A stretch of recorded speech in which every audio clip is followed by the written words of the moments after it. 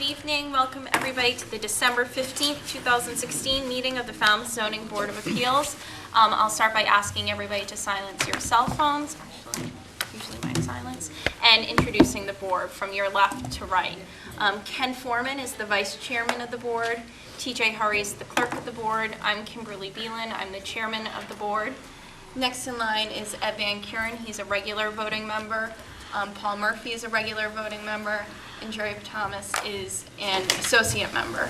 Sri Budrow is our zoning administrator, and Drade Geishecker will be here, I hope. She's the recording secretary. Just go through. So as a lot of you know, to start a public hearing, we'll read the application to the record, and then the applicant or his or her agent will briefly summarize the application and why relief should be granted in accordance with the sections of the zoning bylaw. Thereafter, the board will ask questions of the applicant, and then we'll open it up to public comment. If we think that we've received enough information, we'll close the public hearing and we may make a decision tonight. Otherwise, we can continue the public hearing to a date and time certain, which you'll be provided with tonight. Tonight we have just 3 new hearings, but there is an item in the open meeting that we may take out of order, if there's a motion to that effect. Make a motion to do that. Okay, so What are we taking out of order? motion to take board review and vote draft decision 9716 first. Yeah. Okay, is there a second? I'll second. Okay, so that was Ed and TJ. All those in favor? All right. Aye. And for that, I am not sitting on that. I'll just, it's Ken Foreman, who's the acting chair on that matter, TJ Hurry, Ed Van Kuren, Paul Murphy, and Jerry Thomas.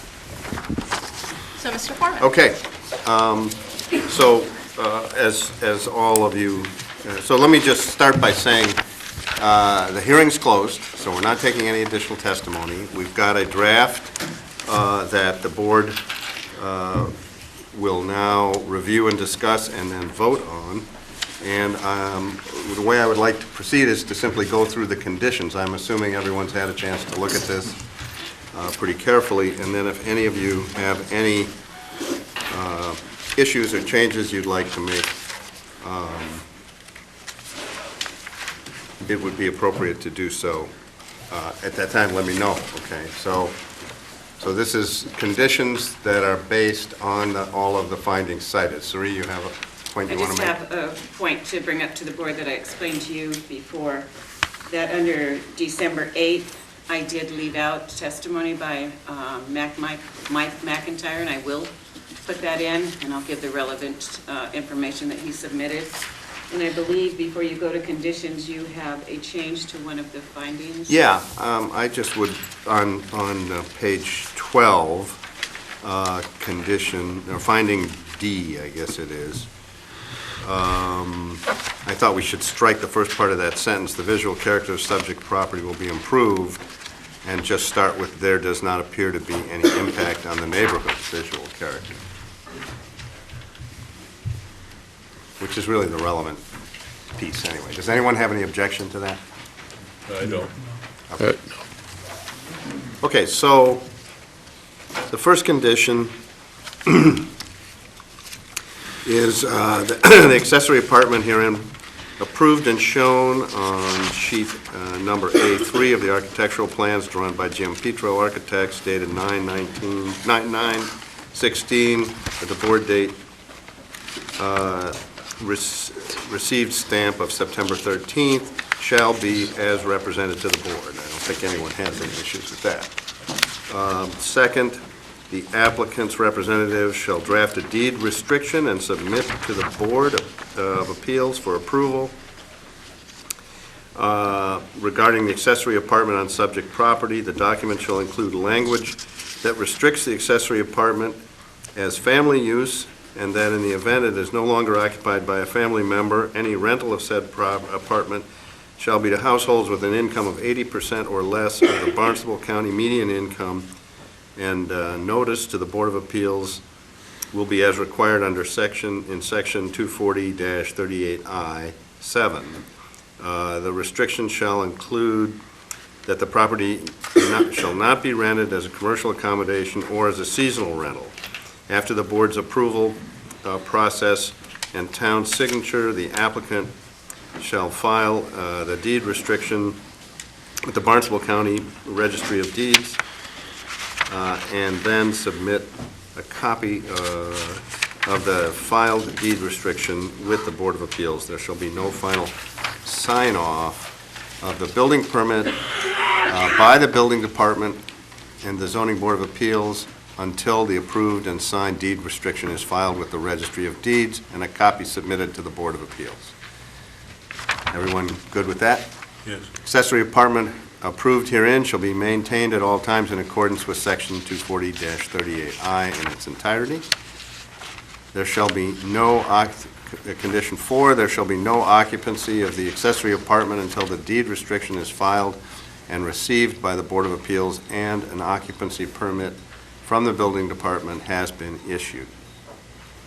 Condition 5, the applicant shall submit to the Board of Appeals for approval revised plans for the garage structure that will be reduced to 1,800 square feet as stated in the letter from Attorney Ahmed dated December 1, 2016, and discussed at the hearing on December 8, 2016. The plans shall be submitted to the Board of Appeals and approved prior to the issuance of a building permit. Condition 6, the applicant will be allowed to store one 2015 Ford 550 dump truck, one 17-foot bed trailer, one Kubota L35 tractor, and one Takeuchi skid steer bobcat for use within the home-based service business as well as other non-motorized equipment. The trailer, tractor, bobcat, and non-motorized equipment shall be stored in the proposed 1,800 square foot garage structure at all times. It is noted herein that the Ford 550 dump truck is also used as a personal vehicle by the applicant and may at times be parked in the driveway. 7, there shall be no other vehicles or motorized equipment. Company vehicles, excuse me. Company vehicles. Okay. Make a note of that, company vehicles or motorized equipment staged or stored on site except as specified herein. Could you take a clarification? Sure, that's why we're doing this. They're motorized, the Kubota and all, they're all motorized. They're just not But they're on mentioned. road. Right, but Is there shall that be the no proper others term? except those mentioned. So they're included in this.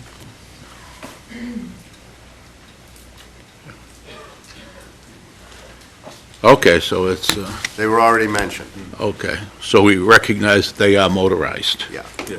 Okay.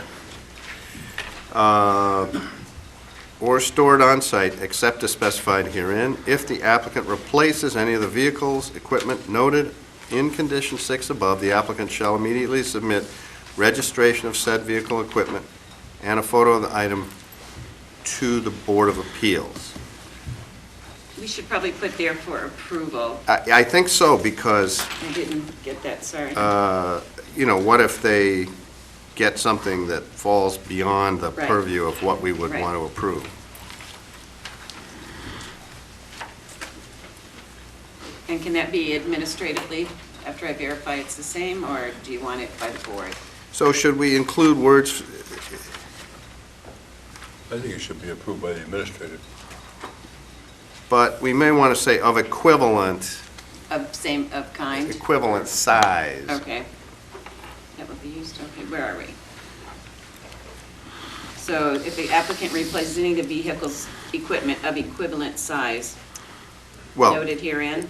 I would say if the applicant replaces any of the vehicle's equipment noted in 6 above, it shall be of equivalent size. How about that? I'm sorry, where are you? After the comma, above, third line down, Okay. Of equivalent Do size. do we mean equivalent or equal size? Give or take a couple of thousand pounds is well, equivalent. equivalent is, Equivalent is approximately the same size. Okay, I would like to be more specific, but and that's then, okay. period, and then the applicant, starting, you know, as a new sentence, the applicant shall immediately submit for approval. okay? The applicant shall immediately submit registration of said vehicle equipment and a photo of the item to the Board of Appeals for approval. That's a final sentence there. Thank you. Can we back up one more time? Mm-hmm. 13. 13, we're not there yet. Oh, Where are no you? wonder I was We're on lost. 7. Oh, okay. That's not backing up, that's going Okay. forward. 8, are we good with 7? Yes. The applicant may be allowed to store landscape media on the subject property that will be used to improve, enhance, or landscape said property. Said property, that means his property, as you've written it, doesn't it? Correct. Yes. Agreed. There shall be no outside exterior storage of any compost materials, including stone, relative to the home-based septic business on subject property. Okay, 9, there shall be no employees, except for the applicants, John Gracci and Diane Meal, allowed within the home-based septic business operation on subject property.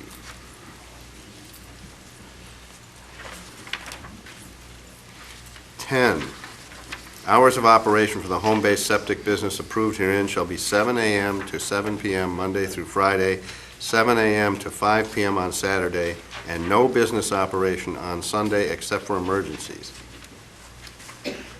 Exception to the hours conditioned will be when applicant plows snow for the town.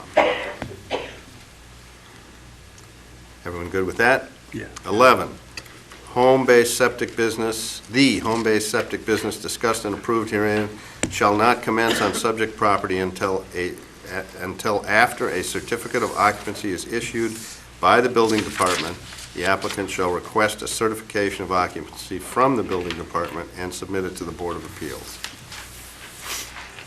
12, there shall be no staging of the vehicles or equipment noted in condition 6 above on the subject property for the home-based septic business until a certificate of occupancy is submitted to the Board of Appeals. The foregoing shall not prevent the applicant from using such vehicles or equipment, from installing a septic system or conducting landscaping or other construction projects on subject property. Again, you're referring to work he's doing on his own property. Correct. When the applicant is using the 17-foot trailer attached to his Ford 550, the truck with trailer will not exit or enter subject property through Tanglewood Drive more than one time per day. That's the one, I guess, the parentheses, it's exit or enter, then we say one time per day. I mean, it's one time to exit, one time I to, guess that's how I would interpret it. it's, okay, if that's how the board, I'm opposed to that, but, I mean, what, that language or that? that condition. The restrictiveness. Yeah, there could be reasons why he has to go back to his house. With the You trailer? forget- You forget something, or, yeah, I mean. So what would the exception be? I mean, the thing I think first of all, when it was presented to us by the applicant, they said that that was what they anticipated. So we didn't come up with that without they gave us that guidance. I think you're correct that there could be exceptions, but I think we want to avoid a situation where we leave the door wide open for unlimited trips, so. Well, Yeah, And- you're right. It was represented that he would leave and go for the day and come back. One round Yeah. trip. But I just, yeah, I mean, Why would he I bring the guess so. trailer back more than once? I could see the dump well, truck. I mean, I don't there know, I was an mean- issue raised by one of the members that it's possible that if he is doing a job, he's taking one piece of equipment out, and has to come back and get the other piece of equipment, because he no longer has two trailers. When you install a septic system, you could be using both of those motorized pieces of equipment. So then he would be limited to bringing the trailer off, having a piece of equipment, and wait until the next day to do it, instead, where maybe there can be an exception made where the applicant shall endeavor to, and manage the business so as not to have more than one trip per day happen more than, somehow get the language in there. Generally, it's only one trip per day, but, More or less. try to, well, generally. No, yeah, right. Generally, I mean, there's got to be, They can't get more than one, those pieces of equipment on the trailer. I forget the lengths. It's a 17, 18-foot I trailer. think it's one piece of equipment. Okay, so the trailer is really a it's one. based on weight. All right. too. Yeah, I mean, I'm just thinking, I'm just thinking of enforcement action, but that's okay. I mean, I'm fine with it if the board's fine with it. Just seems a bit restrictive to me, but, we'll let it roll. What happens, though, if he needs for exceptions, He gets emergencies? a fine from the building department. Does he, does he violate this permit? Yeah, As it's written, Yeah, yeah. he would. And what does that mean if he violates the permit? He Enforcement. can't get another, the permit ends? Continuous violations? you get a visit from the building inspector. So why not violate Why something would if you can? trailer back twice? But that's what I'm saying. The board might want to discuss how restrictive it is, number one.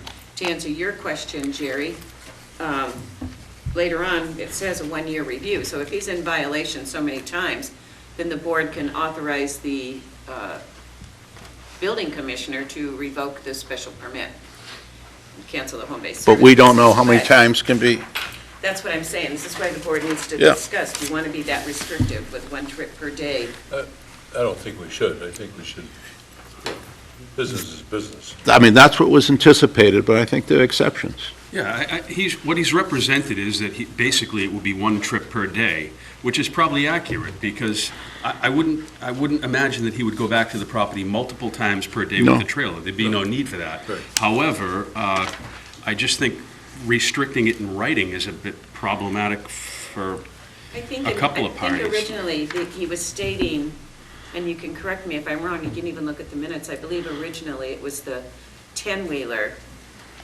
that he was going to try and restrict with a trailer. Now, that was an 18-foot trailer with a larger weight capacity. And then at the last hearing on December 8th, when they submitted the revised proposal, that wasn't part of what the discussion was. So it's up to the board on the restriction. Do we get, But I'm just saying, don't get confused by what they said early on with Yeah. the 10-foot and the Yes. trailer. do we, Probably doing it no more than once a week or once a month, whatever the language was that was stated. at one time, they were going to keep a log, and I thought someone thought that was too much administrivia of the number of trips, but theoretically, you could say, can't violate it more than 10 or 20% times of the year. There's a written No, log. you don't say you can't violate more than, No, you you- can't violate, you- period. Yeah, Well, we're trying to give Needs to wiggle be- room. Put It it, need- do it in a condition, not in. Well, right. Well, So trying that to it's put it in not a condition. violation. We want to write it so it's not a violation. Yes, that's what I'm saying. He can have up to 10% a week? It's not considered a No, I would violation? not say 10% a week, because that's like a day a week, Yeah. and that's what we don't want to Okay, have. 10% a month. I'm just trying to get to something. But I don't know whether, I don't think it's necessary, because I don't think 13 is necessary, only because I don't think he is going to go more than, Yeah, I know, but I Once a want to, this was one of the major concerns of the neighborhood. Yes. Was the traffic over the roadway, and I think we want to try to all restrict it. right. if we can. Well, then you might want to make a condition, generally, the applicant will not Yeah. be doing it more than once a day in the event that, I don't know how you do it, but, Oh, generally, it's subject to review after a year. no, that's No. a different condition. further Okay, down. all right, it's, I'm just trying to get language here saying, generally, he wouldn't go more than one trip per day with the trailer. shouldn't. But how about once a week, making 2 trips a day or something? I don't know, I'm just trying to give you ideas based on the generality. I hate to take it out, I mean, because, I think we should leave it. And, so, I know you want to talk about it, but, if you look at Well, it's the up to condition you. as a whole, this piece of the conditions in later. This is all subject to review in a year, That's right. so that if the neighbors feel and we concur there's an abuse, can we write a more restrictive condition, or does the special permit go away? Well, again, and that's another thing Or a that less I'll bring up later on another condition. Okay, so, well, let's move on from 13 now, and if anyone gets some genius wording between now and when we're done, we can revisit it. So 14 is the applicant shall submit to the Board of Appeals for approval, prior to the issuance of a building permit, a revised site plan for Lot B3 Tanglewood Drive, showing all changes set forth in the December 1, 2016 letter from Attorney Ament regarding the reduction of the original request plans. The plan shall include all landscaping, buffering, drainage, and structures on subject property. 15, the special permit approved herein for home-based business on subject property shall be for the applicant noted herein and shall not be transferable and shall not withstand rental or conveyance of subject property except to applicant or an entity controlled by said applicant. How can you transfer something to yourself? You can change the name of the business, whatever. So how about except to an entity controlled by said applicant? Okay, So we don't need to say to applicant twice. yeah, that's a little redundant, sorry. It's tough to check your own work over. Well, you were doing it quickly, too. I hope not. Well, short period of time. 16, special permit for the home-based septic business discussed herein is contingent on the applicant meeting all the above conditions. 17, this is really the most important thing, I think, is that there shall be review of the home-based septic business a year from commencement of said operation. The date of commencement shall be based on occupancy as conditioned in 11 above. The board at that time may determine if a second annual review is required. Do we want to say subsequent? Because once we have a second, we can't go to a third. No, you can. You can make that determination at the second review. Yeah. All right, I'll- Put, I would say subject. Do we the board think, at that time may make a determination if a second annual review will be required or a public hearing. Right. But what are our powers upon that review? Is that clear that if the operation is found to be in violation of the, It'll be at 16. the board's discretion based on input from right, violations should that be or whatever. stated explicitly? Do you want to elaborate on that?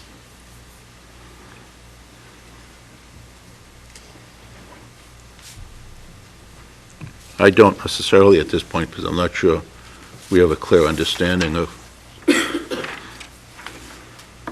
Yeah, I'm not sure. Of what? Clear What you can understanding do, of what? I guess what you can do, excuse me, when you revisit it a year later, can you additionally condition it, or I just don't know? If the board does their annual review, and this has happened before, the board can take into consideration if there's any violations or anything, and then require it to come before the board at a public hearing if there's any more violations or whatever. I see. and that means you can Or have just keep additional. it the way it is with the review. So, I mean, I think we could just add, if the home-based service business found to be in violation of the conditions of this permit, said permit will be revoked. Ooh, No. Oh, I mean, one violation, you're saying one violation can be a revocation of the special permit? Well, or in the, well, let's back up. Can the special permit be revoked in a aggrieved situation? What you can do is just make this special permit good for 1 year, and they have to come back in another year. I think that's really onerous, and if Yeah. there's no violations. There's an enormous investment of But money, you can- too. You know, if there are violations, you can say the second review or the first review. I don't know. I just think you can make a determination at that year review. of whether we will continue. either another review another year later, or determination that it's going to require, based on the violations, if there are any, public hearing. I don't know. Okay, I'll be devil's advocate. You'll come back in a year and we'll legally figure it out then. I mean, There you go. if there are any problems, I guess, you know. Yeah, you have to weigh the gravity of the problems of the situation.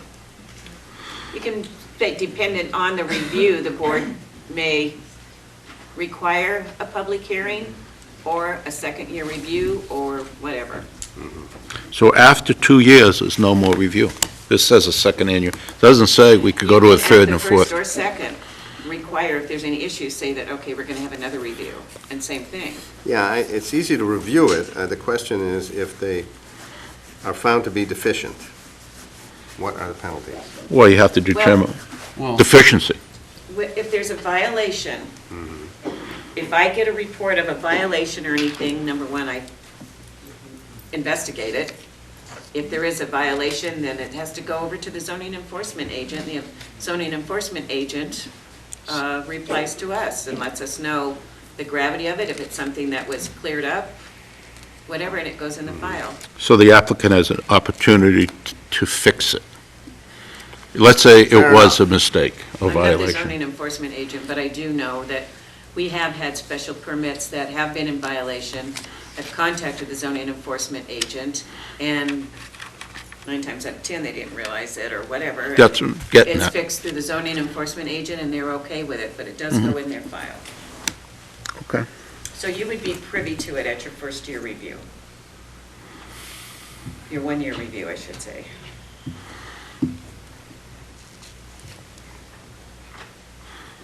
yeah, I mean, Sure. there'd be a track record of any violations that anybody reported, And and if we would there are any- evaluate them then, I If there are guess. any violations that are grave, remember, it comes to the board, and we can require at that time the applicant to come before the board All right. and discuss it, and then you can make a determination of the building commissioner revocating, because you don't have the power to revocate a special permit. You can ask the building commissioner to do it. Oh, okay. So They then, have to enforce the fact that you can't do this anymore. I personally think we've beaten this to death, and we're not going to be able to improve upon it. Okay, I just want, so,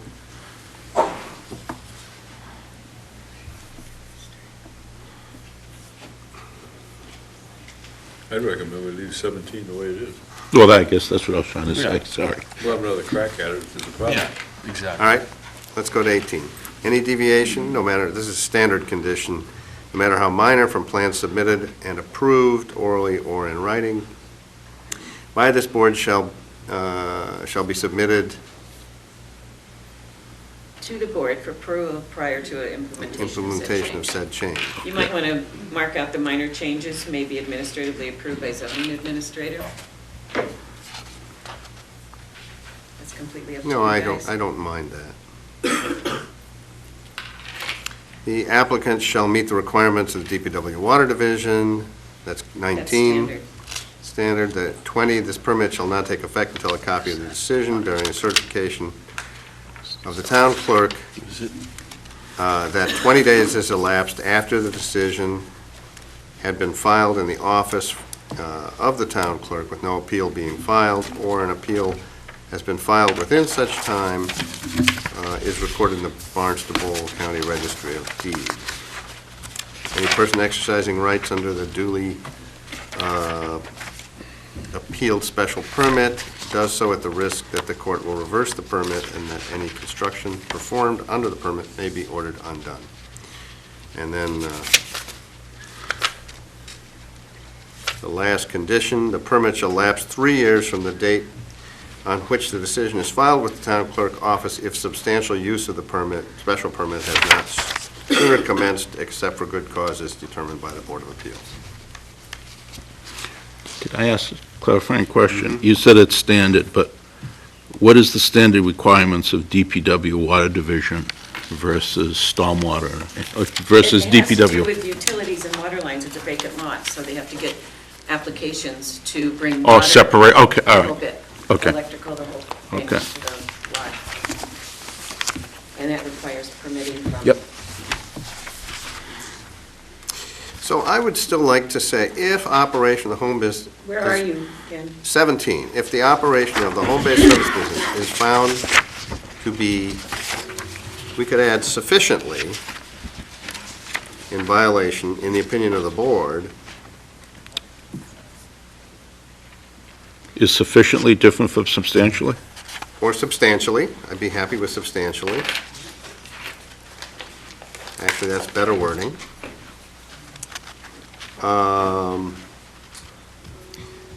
The board may request from the building commissioner or from the zoning, that the ZEO. permit be revoked. Oh, that's building commissioner, right? No, I think it's safer to put failure to comply with any of the above conditions may cause revocation of special There you go. permit. I'm happy with Okay. that. Thank you. Where do you want to put that? The last one? I think that should be its own Yeah. condition after that. How's that? 22? Oh, 19, it would become 19, 19 would become 20, and so on. oh, okay. Failure to comply. With the above conditions? Or with any conditions? With any conditions set forth herein.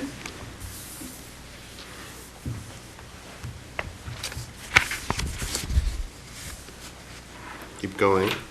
Failure to comply with any conditions set forth herein. With the, well, or the above conditions. If I make it the last one, it can be the above condition. Well, it should be at least 19, because the rest of them don't have to do with this. Failure to comply with any conditions set forth herein may cause revocation of special permit. So if it's part of 17, why not make it a run-on sentence? It's not part of 17, it's separate. But it's the above. 17 has to, Okay. 17 has to do with it coming back to the board for review, as the board stated in discussions and findings. This one sets forth a condition. You fail, you could get your permit revoked. It should be a separate condition. All right.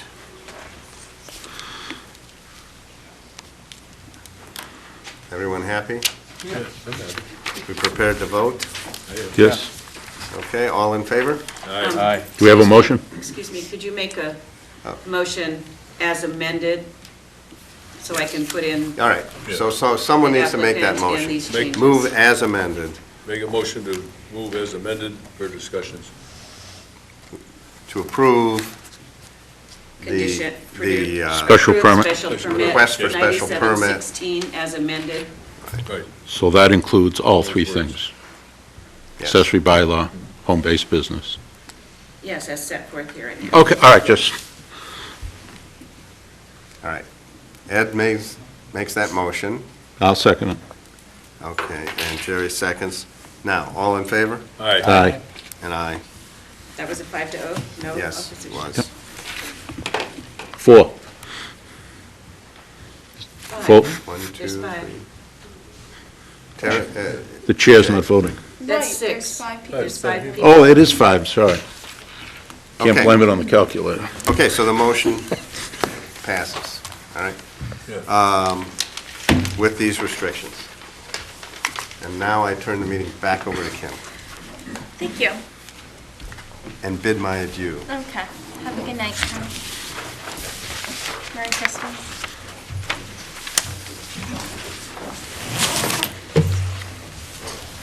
Thank you, Ken.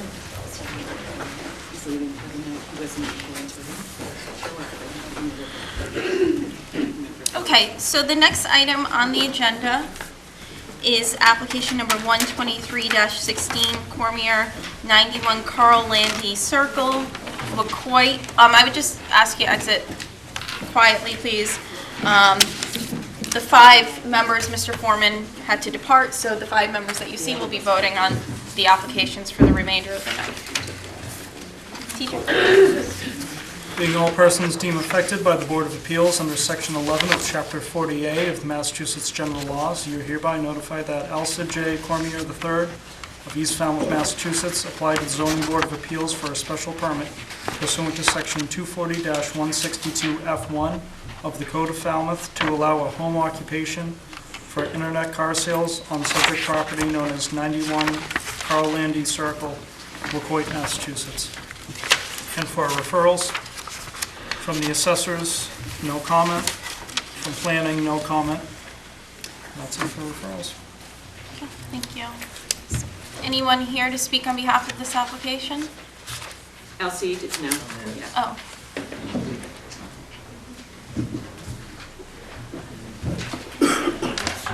Hi. Hi, I'm Alcid Cormier. I'm applying for this basically for an office only in my home. At no time would any car be staged or sold at this residence. It's basically an internet-only business. All right, it's for internet-only car sales. Basically, I'm trying to get an auctions license. There'll be no vehicles staged at my house, not repaired there, anything. It's basically just for an office only. So there's no concern, there's no vehicles going to be there, or traffic, or anything of that nature. And just office in my basement. That's it. Elsie, do you want to explain why you cleared your lot, since I've had people I ask have me 3 about little that? kids, and I'm trying to hydro seed the lawn in the spring so I'll be able to kick the ball around with them and have a yard. That's it. Okay. All right, so let me see if anybody on the board has questions for you. Jerry? Since this is only going to be office, and you're not applying for any signs or pictures of cars you might have, other than what might be in your office, do you expect people to be coming to your office? No, probably over the phone or internet, really. No, I'm all set. You know what, though, briefly, how does it work? What do you mean, an internet? Basically, you can access live auctions on the internet in Boston, Lynn. They have a few in Dayton. And basically, if someone would come to me with their needs of, I'm looking for a 60 Corvette or something, and I'd access these live auctions and try to find what they're after, and then go from there. Gotcha. Okay. Thank you. I don't have any questions. TJ? No questions. Okay, so will there be any signage outside the home? No. Any visitors? I think, no, none expected. And when you say no cars will be staged, do you expect vehicles to come onto the site at any Just my point? personal vehicles. Okay. I mean, I have a family business also, and so if anybody needs to come get any repairs done, I mean, they'd be done there, not at my house, or anything of that nature. I'm sorry, I can't hear you back here. He has, The microphone does doesn't not work, amplify. That's for the benefit of the viewers at home. he has an off-site business, Yes. a repair business elsewhere. And he just testified that that's where any work would be performed? Okay. Sari, do you have any questions? No, Okay. Let me see if there's any public comment. And so I'll just ask you to take a seat and see if Sure. anybody, is anybody here to speak in favor of this application? Is anyone here to speak in opposition of this application? Sure, so if you want to just come and speak, introduce yourself.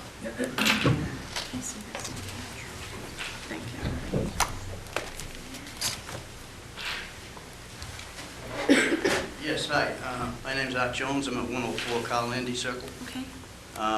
I'm not in opposition of anybody starting a business and making money. That's what we all want to do. But I was a little concerned about when you said, Just direct your comments to the board, and then if Okay. you have questions, we'll get them answered. Thank you. when he said he'd find a car in an auction, what happens after that? Where does the car go for the person who he's buying it for, or is going to buy it?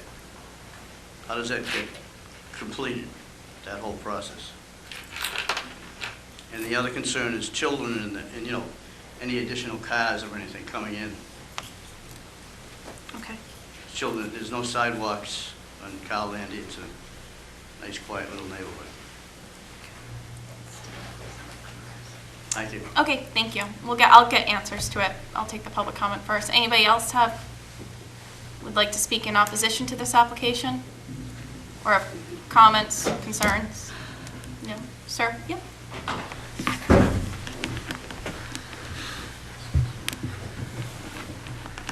Excuse me, Josh Drapo from Carl Landy Circle as well. And I'm not necessarily in opposition, just question about, there obviously it's a business, so a transaction has to take place. How and when and where would those transactions take place? Okay. The concern would just be additional traffic in the neighborhood. Okay, thank you. Any additional public comment? No? Okay, so Mr. Cormier, I'm just going to ask you to answer those questions. If you could just, I know that you kind of walked through it, but if you could walk us from step A to, completion Yeah. of what goes on, and then just to confirm whether cars will be coming in. Sure. Thank you. All right. So once you purchase a car from an auction, they have trailers there, transport there available, so it would be transported to the buyer's home, whoever buys the car themselves. If it's repaired, it would be transferred to my business, my dad's business, Cormier's Auto in Mashpee, and there'll be no traffic at my house. There'll be no storage of vehicles at your property. I think that's, Yep, he said Yeah. that, I think. Nobody- And just to confirm, I might have asked this, no other employees will be, I'm the only Employed? employee, yeah. okay? And it takes up less than 30% of your gross floor area in your home? Yeah. Okay. Okay. and I think you Yes. alluded to it, the specific question was, how often will people come by to drop off a check or sign a contract? Yeah, I mean, I'm not gonna be buying, it's not like I'm a major dealer. This is probably for my family, friends, like a couple people a year. It's not gonna be crazy, but I understand. So he's asking you, are people going to be stopping at your house to give you a check, or is it No, they can all stop online? online and wire transfer or whatever. We'll set something up. I can meet them anywhere. All right. Doesn't have to be at home. Thank you. Okay. All right, thank you. So I think we probably have enough information. Yeah. All right, so would somebody like to move to close? I make a motion to close. Okay, and is there a second? I'll second. Oh, ooh. Okay, so we'll say Ed and TJ. Oh, excuse, yeah, well, I already said it. Ed and TJ, all those in favor? Aye. Aye. Okay, so how would you like to proceed? Maybe just a quick comment, because there are neighbors here, I know, that are concerned about cars, traffic. Based on testimony, it sounds like that's not, Be no adverse that's not an impact? issue. Sorry? There'll be no adverse impact. Right. Maybe okay. no impact, but, Well, it sounds like there's going to be no traffic, or no increase in traffic, so, and we can certainly add conditions too, if we deem it appropriate, so, it sounds like this is pretty innocuous in the way of home business. So, is there a motion any which way? Make a motion to approve. Okay, is there a second? I'll second it. Okay, so that was Ed and Jerry. All right, so findings and conditions. Findings is that it's primarily or it's exclusively an internet-based business, that Mr. Cormier, the applicant, is the sole employee. Satisfies the criteria, I guess, of 240-162. Testimony that he does not anticipate any visitors, that no cars will be staged or visiting the property, or sold at the house. Strictly a transactional, kind of a remote transactional business. Employees, no additional cars coming in. Anything else that you can think of that cover? We get 24162. And 242. 216, okay, so conditions, I mean, that the office area be limited to where it's shown, I guess, per plan, even though it's kind of a rough. I'll just put office per plan, yeah. Yes. I guess No storage of on-site, no Yeah. on-site storage yes, of vehicles. of vehicles, of unregistered vehicles. Yeah, No. Of vehicles? No vehicles, period, Um, except for personal. Yes. yeah, no selling of vehicles on site, whatever that might mean. But I think that probably covers it, sir. No signage. Yeah, he can have signage under the bylaw, By right, or do we have to But he approve not it? stated- exceeding 2 square feet in area, but he did I think that should be a state finding by testimony Yeah. that he stated. no That's right. signage. Yeah. So we'll condition it. And then no employees except for himself. Family members, or is it just himself? Well, he said it was just him, so I mean, Okay. we're going testimony. Yeah. That he was the only person who'd be engaged or employed.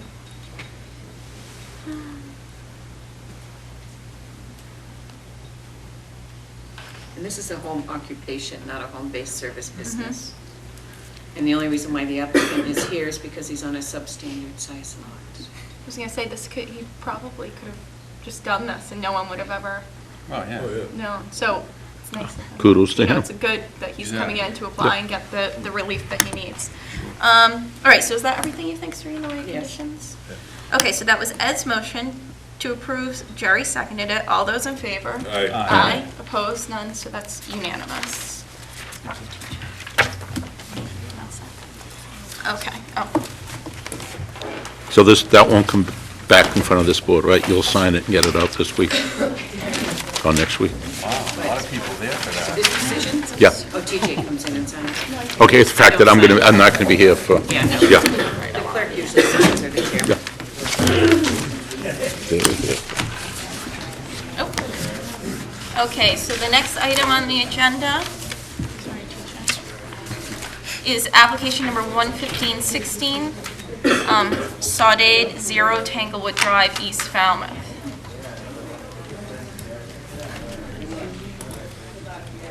Being all persons deemed affected by the Board of Appeals under Section 11 of Chapter 40A of the Massachusetts General Laws, you are hereby notified that Thomas A. Saudade of Hatchville, Massachusetts, filed an appeal with the Falmouth Town Clerk pursuant to MGL Chapter 40A, Sections 8 and 15, and 240-202 of the Code of Falmouth, appealing the building commissioner's determination regarding buildability at subject property known as 0 Tanglewood Drive, Hatchville, Massachusetts.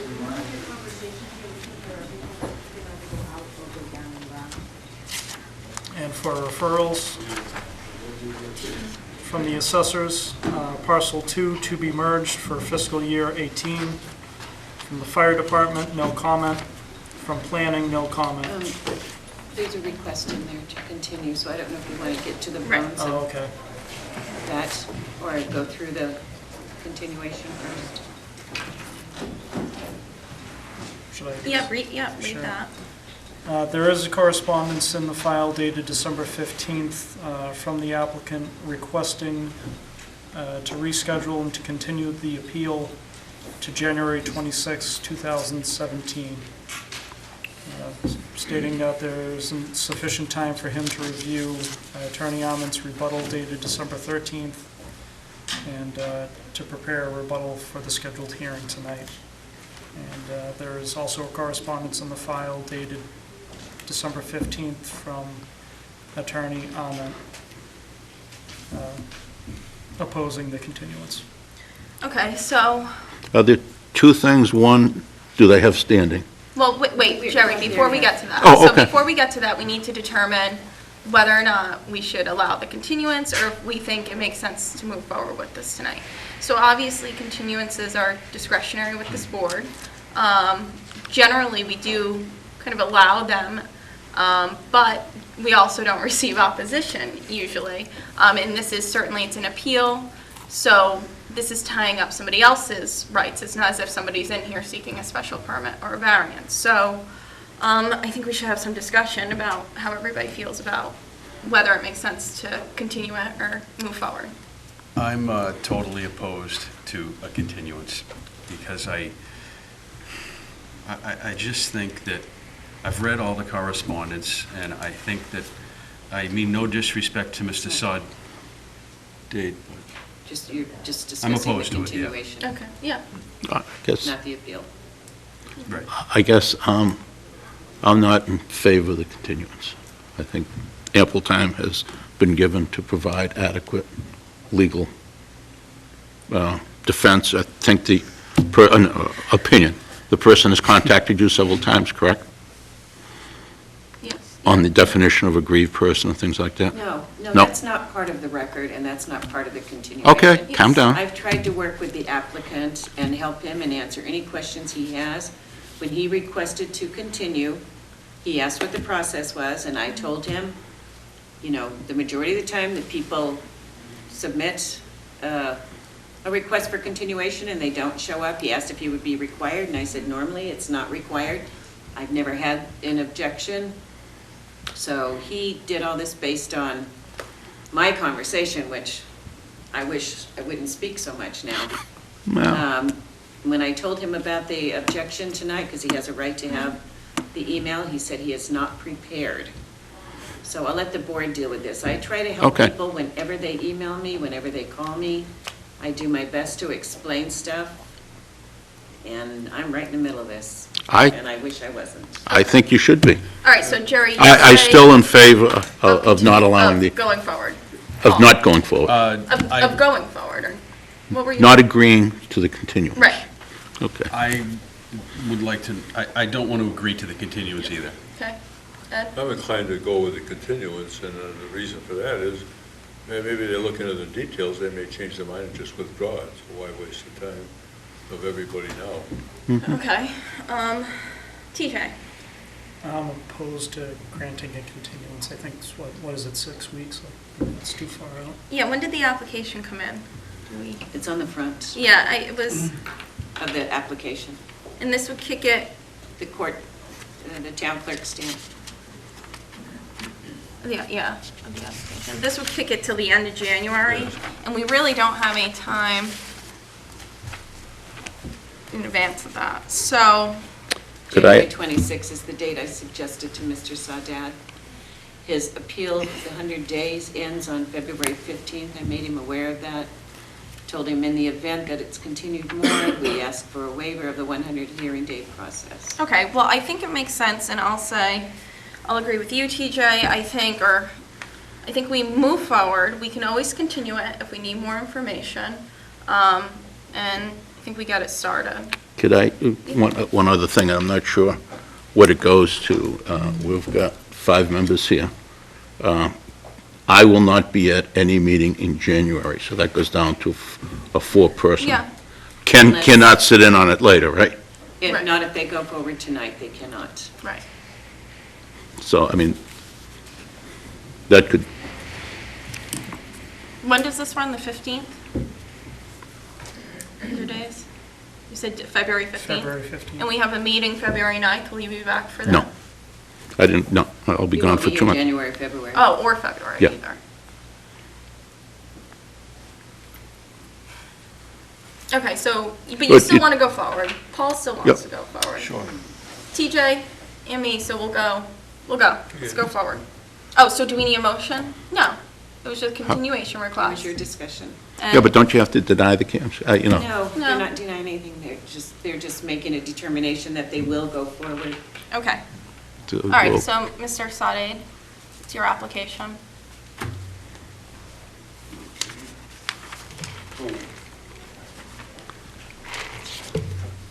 So we're going forward with the permit, right? Yes. Okay. With the appeal, With the appeal. yes. Oh, with the appeal, okay. My name's Tom Sadad, on 49 Tanglewood. So, 2 days ago, I received a copy of this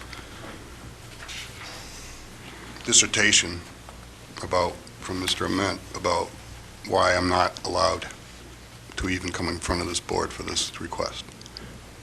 I didn't receive it till yesterday, although it was dated the 13th. I tried getting a hold of my attorney because there's a ton of legal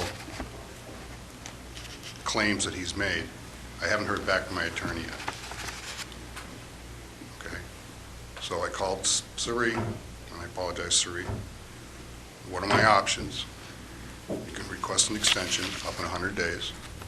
What's your closest date? 26. What do I need to do? You can write a letter, sign a letter, bring it in, and that's all you need to do. You don't even have to show up here tonight. That's what she told me. Or you can go in front of the board and ask the Well, request. okay, so I don't mean to interrupt you, but we've already voted or But I don't even have any of my decided paper. on the Based on what she continuance. told me today, I don't even have any of my paperwork with me. Sir, I started writing a write-up for this whole night. And then when she told me, out of the 12 years she's been here, they've never denied a continuance, I asked her point right to her face, what are the He did, chances? and I stated that. So I didn't And bring then- anything with me. I have nothing to, Attorney Ahmet has a copy of the continuation, and he submitted an objection, and it came late in the day, and I didn't have time to send it to Mr. Sade. I do take a break in between, and I shared it with him tonight.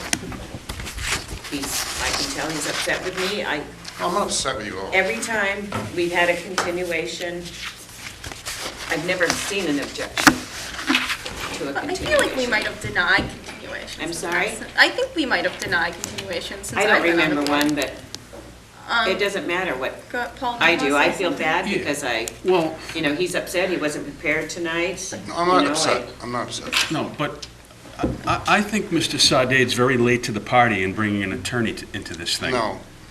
That's my position. Have you seen the Okay, thesis that he wrote? Okay, Paul, if you. Yeah, I just think, I don't, it's not Cerie's fault. It's the applicant's responsibility, in my opinion, to be properly prepared in any case. Cerie's not the applicant's attorney. So if he waits till the last day, Cerie is, All right, So- so you're going to have an opportunity, we can always continue this. We're just asking you to present this as your appeal. You're the one who filed it. First, I think it makes sense for you to touch on standing, and then second, speak to the merits of the application. so are you, We, as a collective board, have made a decision, we're going to open the hearing. You're the that's not what applicant. she told me. Okay, well, this is the board. I know No, Suri, I I've told you worked with based Suri on long what enough. the past is, but I Yeah. also did tell you the first thing the board's going to do is ask for standing on, if you have standing. And that's exactly what Attorney Ahmed's stuff was about as well. So I don't know how many times I can apologize. I will never tell another person that. Do not no, apologize. I absolutely don't think you have to. It is what it is. Could and- someone briefly explain what standing is? No, No, okay. no, we're not. Why don't you have no. Mr. Ahmed explain it, because he had a You, dissertation. sir, you are the applicant. You have 15 minutes to present your appeal. You're the one who brought this appeal before this board. It's not Mr. Ament's, Attorney Ament's obligation or burden here. It's yours. But I don't have an opportunity to rebut what he says. We will give you an opportunity to I rebut don't what he even know says. the language that he uses in his 20-page letter. Okay. Well, we're asking you how you're aggrieved by this, sir, by the building inspector's determination, and why you think that determination is incorrect. Okay, so maybe 20 years ago or so, my wife and I bought a piece of property here. And just as he said, we knew somebody would build behind us eventually, single-family dwelling. Come 1998, the town passed a law that said maximum of 3 homes on a cul-de-sac with frontage reduced no more than less than 60%. His makes the 4th. And we waited, nobody built. 1998, or I'm sorry, 2009, he puts in an application to come out Rockville Avenue. We said, oh. He realizes that he can't come out Tanglewood, so now he's trying to come out Rockville. He withdrew that request from the planning board. Nothing happened. We thought, well, there we go. The whole lot is just unbuildable. You can't get out through Tanglewood because of the zoning bylaw. You can't get out through Rockville because it's a private area. This is going to be open space for us. Maybe he'll sell it to the 300 committee if he needs the money. I mean, nothing's lost if he doesn't sell to Mr. Grassi. So we said, this is great, it's going to be open space, can't build because of the zoning bylaw. They can't get out through Rockville. Imagine how much more our house is going to be worth now if we had open space around us.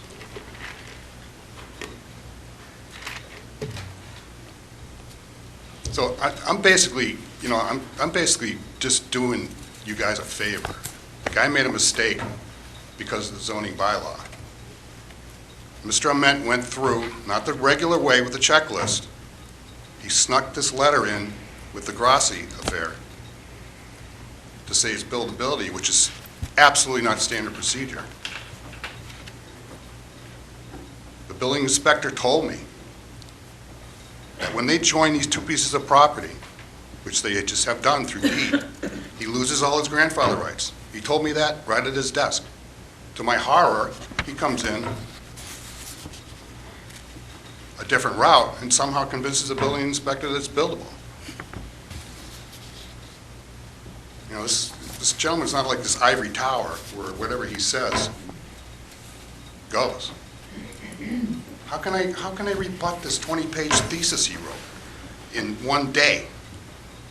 I can't. My attorney can,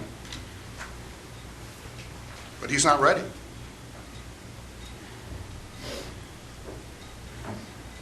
May I ask a question? Well, no, Okay. we're going to let him present, then we'll ask questions. Okay. I have Oh, okay. questions to adjourn. So I'd ask you what your definition of aggrieved is. There's all different definitions. Is it monetary?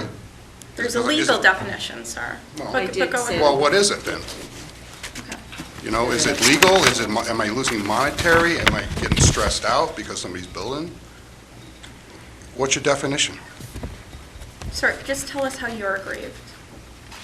I just did. Okay, so monetary aggrievement is what you're saying. Potential. Okay, so he came in, he went out to a realtor, it's in right in your paperwork, and said, "Realtor, can you evaluate Tom Sadat's house? Can you evaluate it after somebody builds behind him? There's no difference." I haven't had an opportunity to go to my own realtor and say, different example.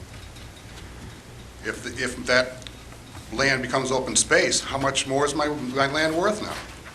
I haven't got the opportunity to do that.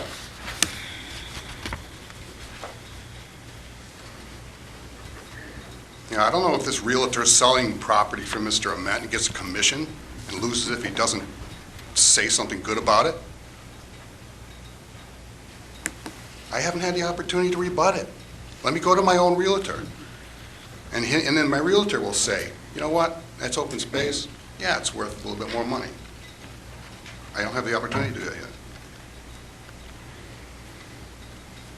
Let me go to the assessor, same question. 300 committee buys that land because it's unbuildable.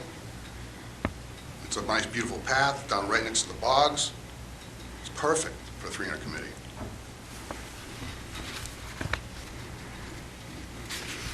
I can't claim any, grievance because of anything other than monetary, because you're telling me what the legal definition is. We didn't tell you what the legal definition Well, then- was. Sorry, go ahead. Can I ask a question? Yes, but You submitted an appeal. Long before Attorney Ament submitted anything. I think what the board wants to hear is how are you aggrieved when you filed that? Not now, based on Attorney Ament's comments, but the day you filed that appeal, how were you aggrieved? I think that's what they want to thank hear. you, sir.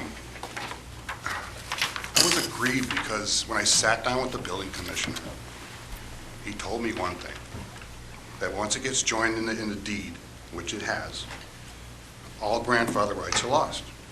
I will not make a determination as to the buildability until the building plans come in front of me. Great. Then to my horror, I get this email that he had submitted a letter to the building commissioner requesting before the building plans went in, and disapproved it. He lied to me. I don't see him here testifying. So when I went back to talk to the building commissioner, I said, "You told me this. Why did you change your mind?" He said, "Well, Attorney Ament, he could get disbarred if he lied to me, so he must be telling the truth." That's what he told me. That's right in my write-up. So I'm aggrieved because the process is broken. He didn't bother looking to see if the two lots were in common ownership, which they are, and you lose your grandfather rights after 5 years. He's claiming that they're in separate ownership when one's in Mr. Sheehan and one's in Mr. Sheehan trustee. That's the same owner. They're both the same address, 29 Horseshoe Lane. He worded that in a way that the building commissioner didn't see that. Building commissioner didn't investigate. Part of the package I sent you was a copy from the Concord zoning board that specifically says to watch out for that kind of stuff.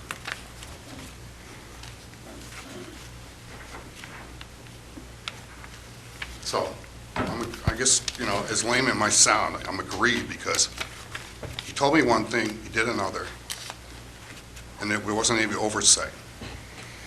Right in the Falmouth building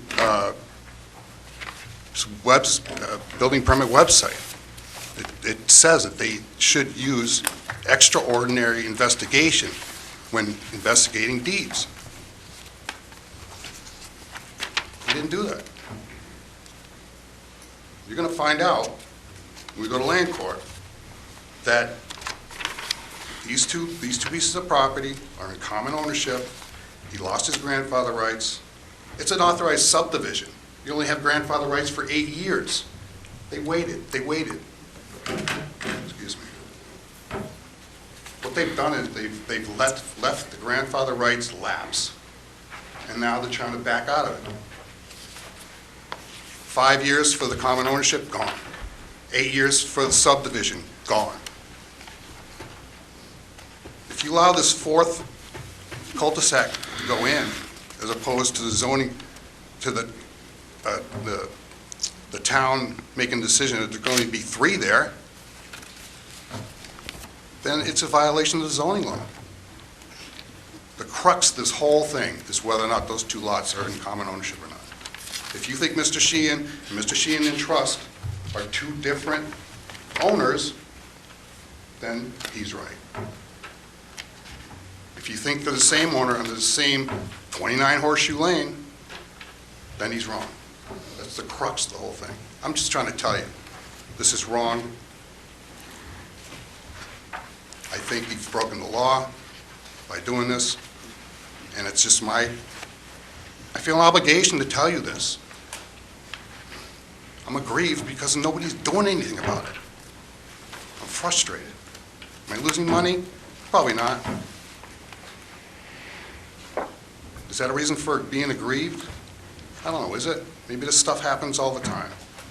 I don't know. I'm just trying to help you guys out. Okay, let me see if anybody has any questions for you. I have a question. Jerry?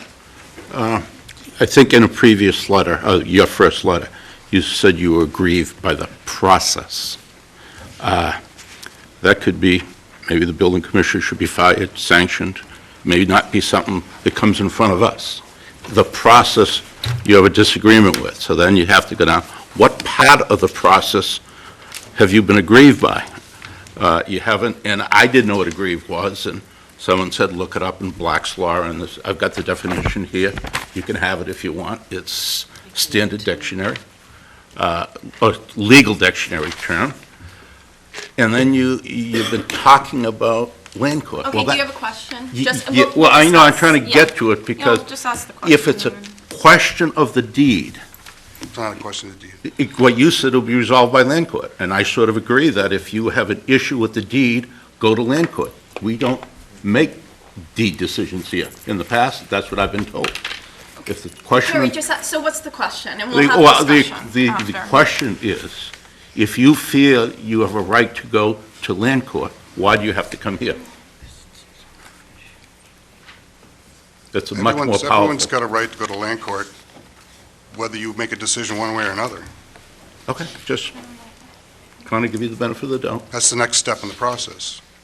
If after 20 days after your decision, nobody goes to land court, then the decision you make goes Okay. ahead. That's my understanding of it. No, I'm trying to get the understanding, too. Go ahead. Go ahead. Oh, no, I'm just, that was it for questions? Yeah, that was- We'll have discussion. Okay. 'Cause Oh, but But I'm trying to get his side of the To discussion. answer your question about the process, you were asking me, I said something about the process. I explained that there is a checklist the building commissioner uses, and way down at the bottom, towards the bottom, it says, is the lot buildable? Submit deeds, submit abutting deed, butters, et cetera, et cetera. That's the process. Okay. That process was broken. Mr. Ament took that small section and put it into the Grassi affair, into that folder. It's in that folder. He was trying to determine if that lot was buildable before they actually bought the land. He didn't wait until they put a building permit in. The process wasn't followed. That's what I'm saying. Paul? No, I don't have any questions at all. Okay. Okay, TJ? So you said that you were aggrieved by, I believe it's this correspondence dated October 27th, 2016, from Attorney Ament's office. So it's this paragraph at the bottom here that the building commissioner signed off on, stating that the lot was eligible for a building permit. It was it was a two-page request from Mr. Ament. Rod, I hope you will agree that this is buildable. If so, please sign the bottom. And is that the question you're asking? Yes. Yes. So that's what you're claiming you're aggrieved to. That he made the decision based on Mr. Ament's submission, yeah. Well, I mean, overall, I'm aggrieved because he didn't follow the process. But, I mean, technically, by him approving it, I guess you could say that's what I'm aggrieved by. And then to your knowledge, a building permit has not been issued. No, and I'll tell you why, because they don't inform you if a building permit's been submitted or issued. It's up to interested party to daily check the website to see if a permit's submitted. So I would have gone through every day to see if we don't provide any courtesy emails. Thank you. Thanks, teacher. So you said that earlier that when you bought your property, you knew that a single-family dwelling would be built on that adjacent property? Well, it made sense that something would eventually go there. So That you- was prior to the zoning law change. Right, but at the time that you purchased your property, you knew that there would be a single-family dwelling on that adjacent property? We were hoping it would be a single family. Okay. And then you say, basically, zoning laws changed, and it seemed like there would be a windfall, there would be this open space next to your property. There it was, there is, Well, yeah, undeveloped land right now, next to your property. after the zoning change, yeah. Yeah, okay. Okay, that was all I had for right now. Sari, do you have any questions? I'm never speaking again. No, can I just speak to that just real quick? I appreciate all the help she's given me. She's been very kind, very helpful. It's just she got caught in something that just happened to happen. I'm not angry with you. I thank you for all your help. Please. The other question, so you mentioned earlier, have you retained an attorney? I had contacted an attorney who was not available for this date. Okay, so do you anticipate, I mean, we have in our office, I don't think has received any communication from an attorney on your behalf. Do you anticipate retaining an attorney? Yeah. Only because it was also his suggestion, because he couldn't make this date, he could have submitted the letter, as long as, but apparently I can also, so. It's the only way I can, I'm obviously not a lawyer, and I can't necessarily quote all these court cases, like Mr. Ament has. Okay. I just, I think something's going on here for Mr. Ament to submit a rebuttal that's over 20 pages long. Sir, I would disagree with you on that, just because I'm an attorney and I do that frequently. So I don't think that that's necessarily abnormal. That's what he's paid to do. That's what he's retained by his No, client to do. But how many, even when I went through it, how many times you come up to a certain paragraph, you go, oh geez, and you go to the next page? How many people read every single part of that submission? I think everybody on this board did. Oh, yeah, I did. So, all right, so you've spoken, I'm going to give Attorney Ament a chance, and then I'll certainly give you a chance as well to respond. We'll see if anybody else has comment in the audience as well. Thank you. Thank you.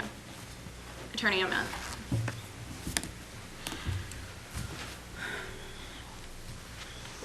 Thank you, Chairman, members of the board. So as you know, I'm Bob Ament, and I represent both the owners of the property, the Sheehans, and I also represent Grassi and Meal, who have the property under agreement to purchase and therefore have a property right. There are quite a number of things to say, but I'd like to cover a couple of points quickly. First of all, Mr. Saudade apparently met with the building commissioner. I met with the building commissioner. I was prepared. I brought to him what he needed to review to make a determination of buildability. I brought him the non-conforming lots worksheet, copy of the recorded plan, and I gave him, also quoted in my letter of October 27th, the statute. On the merits, this is actually a very simple case. State statute simply says any increase in area frontage, width, or yard or depth requirements of a zoning ordinance or bylaw shall not apply to a lot for single or two-family residential use, which at the time of recording or endorsement, whichever occurs sooner, was not held in common ownership with any adjoining land, conform to then existing requirements and had less than the proposed requirements, but at least 5,000 square feet and 50 feet of frontage. The parcel in question is shown on a plan that was recorded at the Registry of Deeds after being endorsed by the Planning Board in 1995. At that time, the parcel met all zoning requirements to be a buildable lot. At that time, it was not in common ownership with any adjacent property. It was never in common ownership with adjacent property since that time. I provided information to show that to the building commissioner. Subsequently, in 1996, the zoning bylaw was changed, and in 1998, the zoning bylaw was changed, once to limit to 3 the number of lots on a cul-de-sac that could have less than the normally required frontage, and once to increase the minimum area of a lot, and we're talking about the strip, into the back of the property here. Town increased it from 20 feet to 50 feet, but this lot had already been created. It's about 45 feet wide. This lot is protected by the section of the state statute that I just read. That's it legally. The building commissioner recognized that and confirmed his opinion in writing to me. It obviously makes sense to try to obtain such a determination on a zoning issue before spending lots of money on permitting and purchasing a property. That's what I did. Those are the merits of the case. I will point out that Mr. Saudade has focused on a merger issue. He's suggesting that these lots are not separate, therefore not as protected. There were 2 component portions of the lot shown on the plan. We're in total agreement that they were merged. It was a single lot shown on a plan. The merger occurred as a result of that plan. The cases he's cited support the building commissioner's determination. Now, let me talk a bit about standing. Let me also say that Mr. Saudade was submitting documents to the file, including copies of cases, right up until this week. My letter was in part in response to what he submitted. He met with the building commissioner, I met with the building commissioner. He submitted things to the record, I submitted things to the record in response to him. From day one, his argument as to standing has been that he didn't like what the building commissioner did. I think you all know that aggrievement, the right to be before this board, the right to appeal from the building commissioner, requires a showing of particularized harm. How does the zoning issue, how does the determination of the building commissioner have an effect on my property rights? How does it interfere with my enjoyment of property. How does the alleged violation take away from me some rights that I would enjoy if the zoning bylaw were followed? And they must be the type of harm that's supposed to be protected by zoning. All we want to do in this petition is be able to have a single-family dwelling, to use a 4.5-acre piece of property that Mr. Saudade was given notice of, in fact, when he bought his property. It includes a restriction on that the property will be used for a single-family dwelling. That restriction for some number of years will still be in effect. Right in his deed, there's a reference to that property being used as a dwelling. And nothing we would do, putting a dwelling on that property, would interfere with his enjoyment of his property in a way that zoning is supposed to protect. We don't think it will have any effect on the value of his property. And it wasn't just a private broker who wrote a letter for your consideration. We've submitted a letter from the town tax collector saying that a house will have no impact on the market value of Mr. Saudade's property, in her opinion. Even today, when asked to explain why the building commissioner's determination has made him aggrieved, all he has said is he didn't like the process. And then he said that you can imagine what the harm, what the effect and value might be. And then he said he didn't know if it would have any effect on his value. Speculative harm doesn't qualify you for zoning, for standing. So the information I've given you is case law and references to your own decisions where you've considered zoning in the considered standing in the past and found that there wasn't standing. And standing can be raised at any time in a proceeding.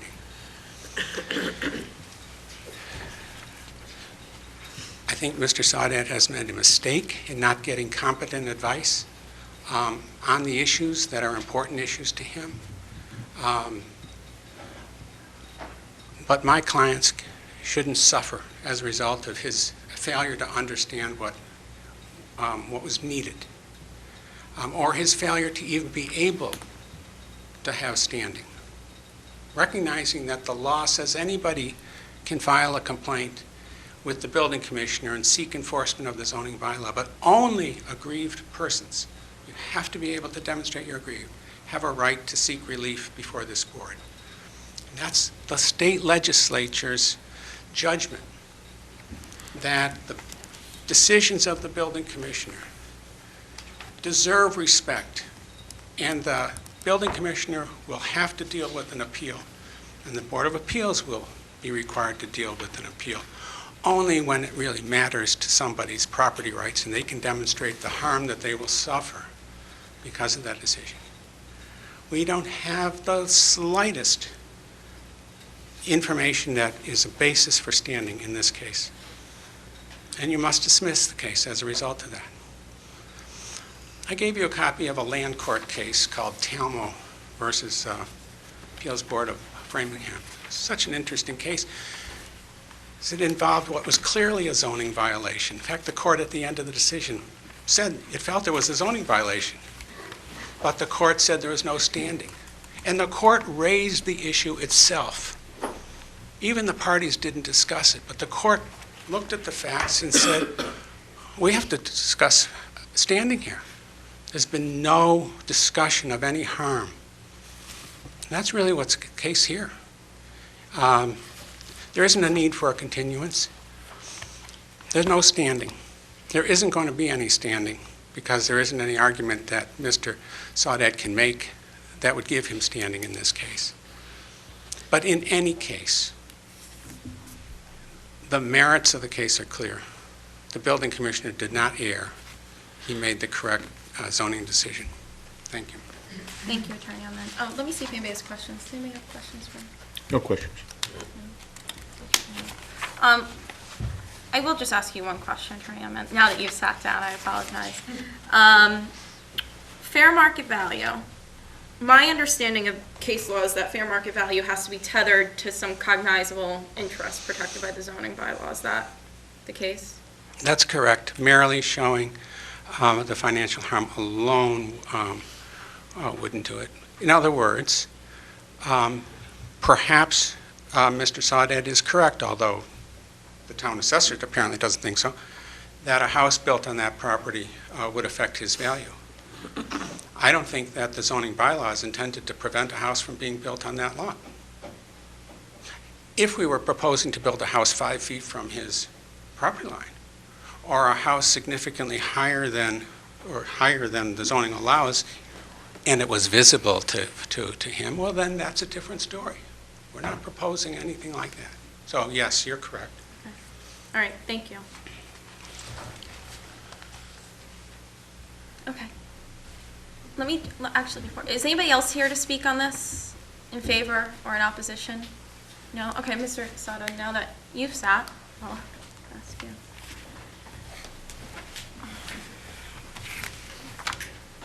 I'd like to say that as it stands now, it's my understanding that Mr. Sheehan still owns the property. Mr. Grassi has nothing, absolutely nothing to do with this case whatsoever. This is Mr. Sheehan's property, is that correct? Not Mr. Grassi's yet? My understanding is that Mr. Grassi has a purchase and sale agreement, and that does give him standing and interest in the property. Okay. Mr. Ament had quoted that particular case, but that if you look at that particular case also, it specifically says that the term aggrieved shall not be narrowly construed. That's one comment that they made on it. Now, I had prepared a slide that's on that machine right now that I was going to present for this, but I didn't think I had to. And on that slide, it shows the subdivision. And it specifically says that that lot does not conform to zoning requirements and shall not be built upon. It says that right on the document. Okay, well, let me just ask you this. What year was that document from, that plan from? That was when the subdivision was developed. This Lot B3 or B does not meet current zoning requirements and shall not be a buildable lot. Now, he put in, he's claiming that when he submitted the preliminary plan back in '95, great. The deeds stayed separate until 2 months ago. They never joined the deeds. How can you claim just by submitting a plan that you bypassed the deeds that never got changed? He claims there was a conveyance error. If you look at that submission that he put into the building inspector, he said, oh, the reason that one's a trust and one's not, because there was a conveyance error. Didn't explain what the conveyance error was. So he knew there was a problem with it. It's right on that submission to the building inspector. But I can show you that slide. It's a whole subdivision, Strawberry Acres. A definitive plan that says that lot doesn't meet the zoning requirement. He's saying it is. Do you want me to show you it? You know, we'll take a 5-minute break. I'll let you set this up because I don't know if we're going to continue this past today. So, depending on how the board feels. So I want you to be able to present your case or appeal. So I'll give you an opportunity to show that since this is new, kind of before. It's actually in the package. It's That's part what I of thought. Is it in our packet? The resolution might be not the best, but it does specifically say note 1. If you look at the one that says definitive plan Strawberry Acres, book 496 something or other. 74.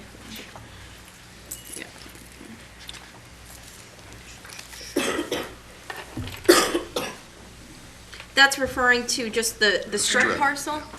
So Yeah. not the whole lot? Yeah.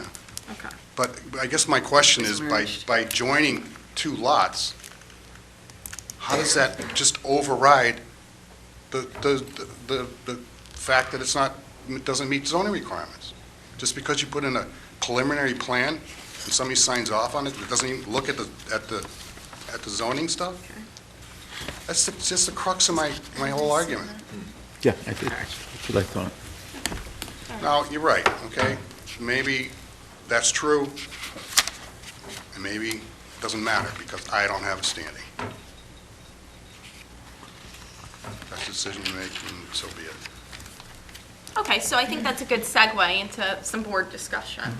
Okay, you want me to still put that up on the screen? No, I think we've all seen it. And you saw the note that said does not meet zoning requirements. It Yes, shall that not. stripped that parcel. Yes, so not the lot as they submitted to the building inspector. Just a portion of the lot is what you're referring to. Correct. He submitted the plan and also the deed that joined the two, Yep. 2 or 3 months ago. That's, but if you also notice on my appeal for tonight, the assessor is still listing those as 2 separate lots, 3 and 3B. So they haven't even, although it's a deeded, the assessor hasn't even joined them together yet. So- The assessor does on every referral. You'll see in other referrals, like I think there's one before you tonight or next week. It's one lot made up of 3 lots. She always lists every single lot. Right. All right, so I think we're going to have some board discussion on standing first. I'm inclined to think he does not have standing. Okay. I don't think he has standing either. I mean, you have to prove harm, and this subdivision was laid out for single-family purposes with the intention of building houses there, and provided the house is constructed in conformance with the zoning bylaw, I just can't imagine that there's any harm with this lot or any other lots that may exist in Tanglewood. I mean, no, I definitely don't think he is standing at all. You don't think he's hard? No way. Agreed. No way. I didn't think he had standing before he got here tonight after reading all that stuff, but I still don't. Okay. TJ? I tend to agree with the board in that I don't believe he has standing. Okay, so I guess, beef it up for some findings. That might be helpful when we get there, I guess. But, yeah, I think certainly Attorney Ament did lay out all of the law with regard to the burden. I think it's important to note that, I know Mr. Sadad, I apologize if I'm mispronouncing that, the applicant here, it's his appeal. And so he bears the burden. And I understand that he doesn't have counsel, and that counsel can be expensive or is expensive, but I also, applicants are, courts always say that pro se litigants are bound by the same rules as those represented by counsel. And so here, I think it should be no different. He needs to establish standing. I think Attorney Ament put forth credible evidence, the assessor's records, or the assessor's opinion, the broker's opinion, and I think throughout, from the applicant's initial submission about he was aggrieved by the process, and his comments tonight, even he says, I think the property value's been impacted, but maybe not. And so and there's been certainly no harm protected by the zoning bylaw. And I think it's significant or substantial that he purchased this property. It says right on his deed that there would be a single-family dwelling built on that lot.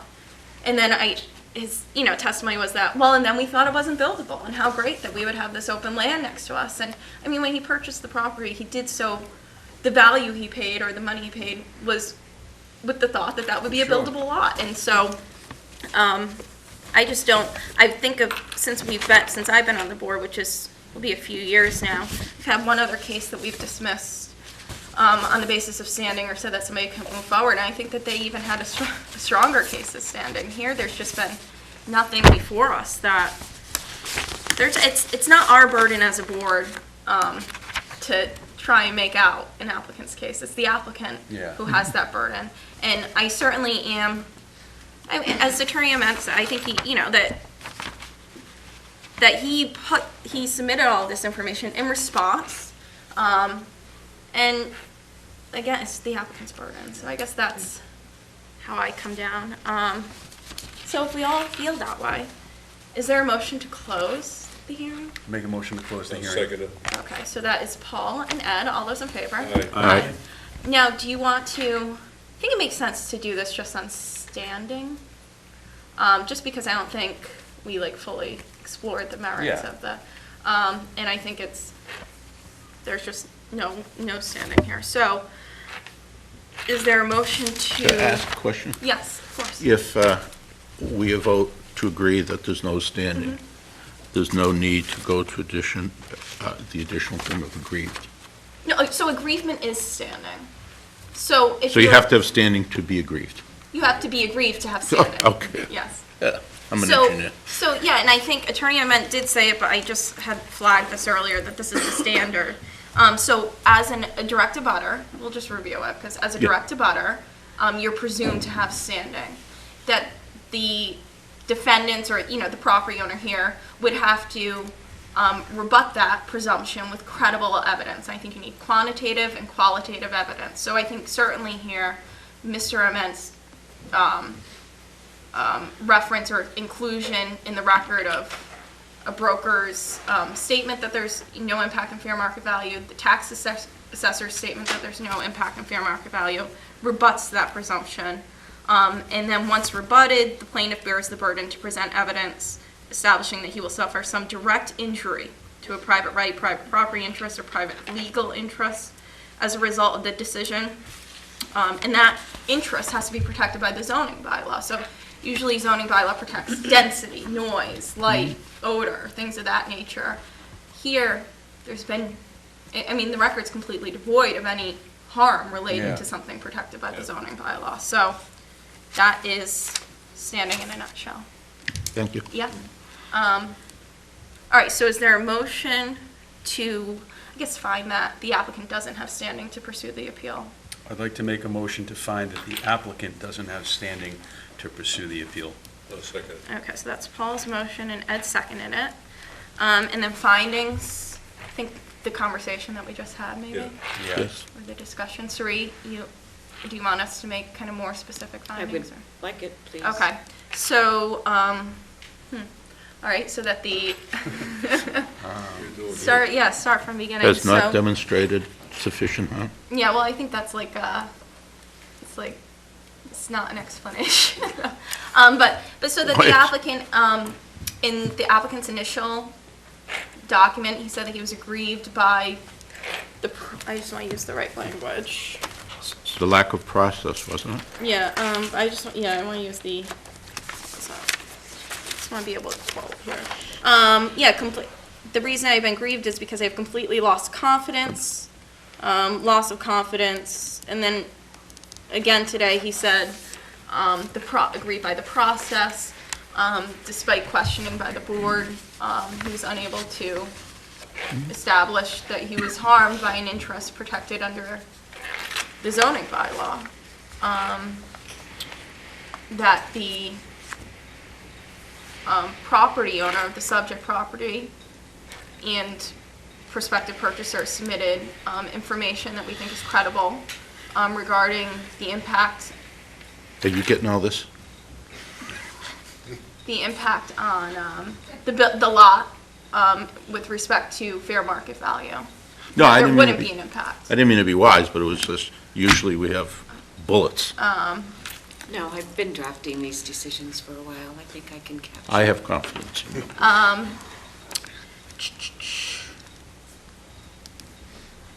Yeah, testimony was that perhaps his property's property value is impacted, but perhaps not. Speculative. Yeah, certainly speculative. I think that That's was- a great yeah. word. Someone else said it. Yeah, speculative. That at the time he purchased his property, he knew that there would be a single-family dwelling, and actually he said that he hoped that that would be what was built next door. And I think we should have a finding that it is the applicant's burden, once rebutted, that they establish that they're harmed.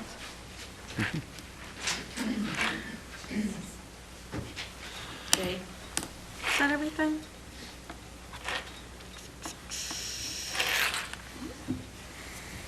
maybe we'll have a finding that, because we've determined that the applicant does not have standing, we did not reach the merits of the appeal.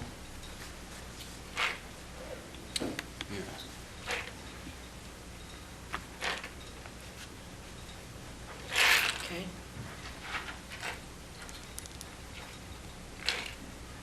Anybody else have anything to add? Okay, sir, you think that's everything? Okay. All right, so that was Paul's motion, Ed seconded it. All those in favor? Aye. Opposed? None, so that's unanimous. And we'll take a 5-minute break.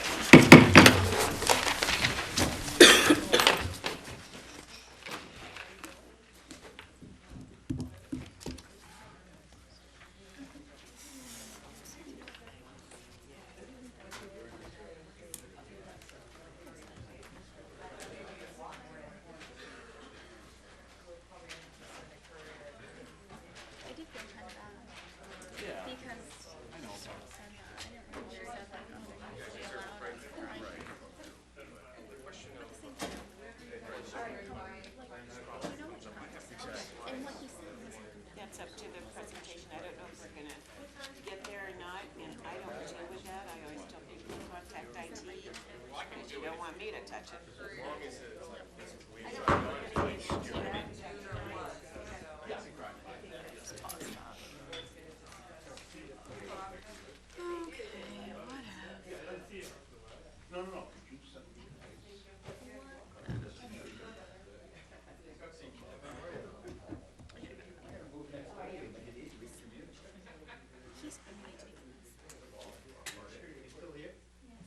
Permission.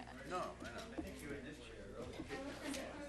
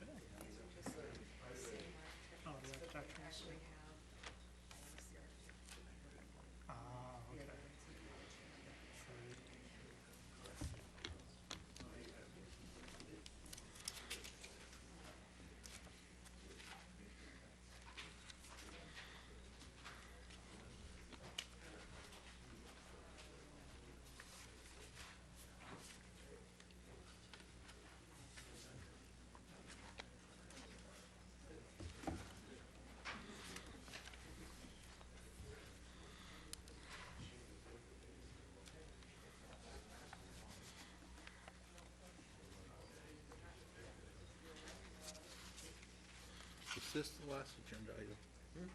Is this the last agenda item? Yeah. You can get half an hour, 45 minutes. Longer. Kind of gut feel. No, I did, my wife's out, so she doesn't like to go home to an empty house, but 9 o'clock. That's if we don't go.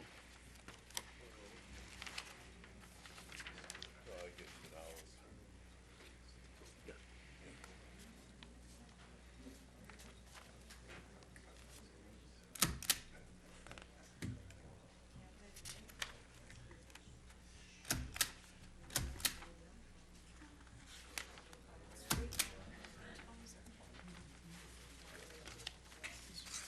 These were just submitted, Oh, well, we'll return it.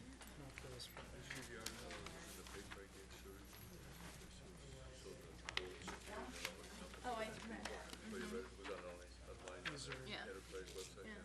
architecturals just submitted showing roofing. Oh, thank you. Copies of the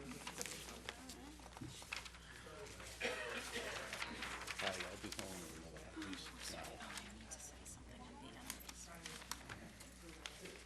copies of architectural showing. Oh, thank you. Thank you. Should I make that same declaration that I won't be here for 2 months? You're aware of it, but Well, no, just But- due process, yeah. No, that's yours. I know, do you read it? Did you read it? Oh. Okay, oh, so we gotta press apply. Everybody ready? Yeah. You just press apply, right? I trust, that's right. Ooh, oh, that's not right.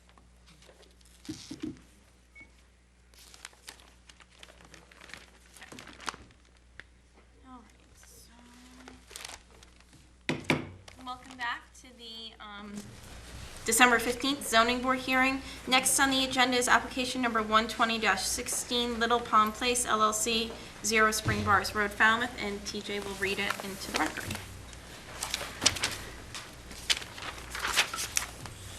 Being all persons deemed affected by the Board of Appeals under Section 11 of Chapter 40A of the Massachusetts General Laws, you are hereby notified that Little Pond Place LLC of Boston, Massachusetts, applied to the Zoning Board of Appeals for a comprehensive permit pursuant to MGL Chapter 40B, Section 20 through 23, and 760 CMR 56, to construct 3 buildings containing 40 affordable rental units along with a community center building on subject property known as 0 Spring Bars Road, Falmouth, Massachusetts.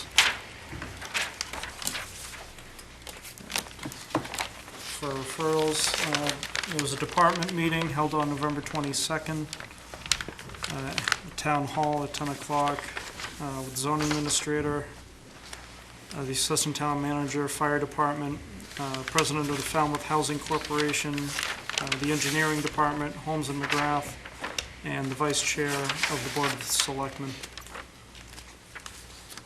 I don't have to summarize that, sorry, I can just state it was held. It was reviewed, comments were made, and it's in the file. And along with referrals, there's correspondence dated December 14th from the Falmouth Planning Board stating that they've reviewed the project. They fully support efforts to create affordable housing. They also note that the Falmouth zoning bylaws to secure safety from flood, panic, and other dangers, noting that the project site, it's in the flood elevation zone, and in response, the applicant proposes to introduce fill to elevate the structures, driveways, and parking facilities. The applicant should ensure that the required fill and subsequent drainage should be properly engineered. And they propose that an independent third-party peer review of the applicant's proposed flood mitigation should be necessary. There's correspondence from the Cape Cod Commission regarding affordable housing, water resources, and the coastal resources, natural resources in the area.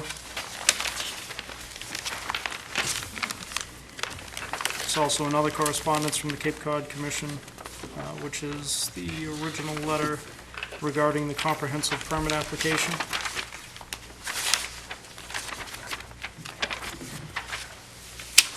Correspondence from the Department of Public Works, the Water Division, stating that the proper water service is necessary for the project.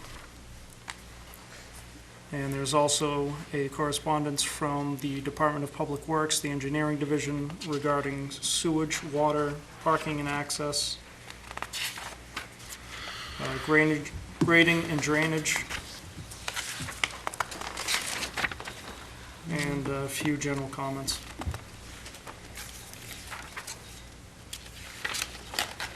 There's also a letter from Conservation dated September 15th, stating that the commission began its review of the application, and there's concern about the potential impact to the project to the adjacent wetland resource areas.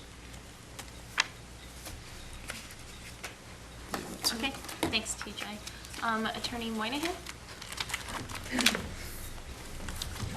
Thank you, Madam Chair and members of the board. My name is Laura Moynihan. I'm an attorney from Falmouth, representing the applicant, which is Little Pond Landing LLC. It's a single-purpose entity of Boston, Mass.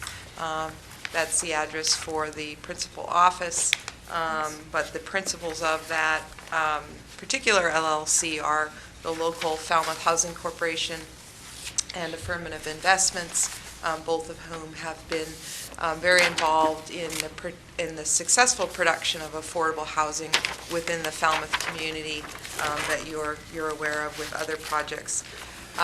Obviously, there's a lot to this project, so I'm going to try and just give you what I think are the issues that you may have interest in or may have questions about, and then I would expect that you probably will have a lot of questions. So I'd like to introduce our project team from Affirmative Investments. We have Tara Mizrahi here, who's the principal. From the Housing Corporation, we have Linda Clark and Eric Turkington, who are officers of that corporation. Holmes and McGrath are the project engineers, Joel and Mike McGrath. Davis Square Architects, Kurt Bomer is here, and Tom Lee is the landscape architect. So they're all here to answer questions.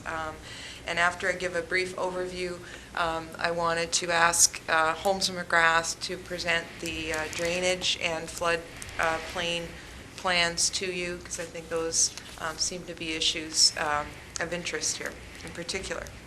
So the town meeting authorized the purchase of this property in 2010, 6 years ago now almost, for open space and housing. There was $3 million in CPA funds that were allocated to acquire this land for housing, affordable housing, and with the remaining portion of the 22 acres to be preserved as open space. So the parcel that the housing is proposed on is about 11 acres. The remaining portion of the site would be owned by the town and left as open space.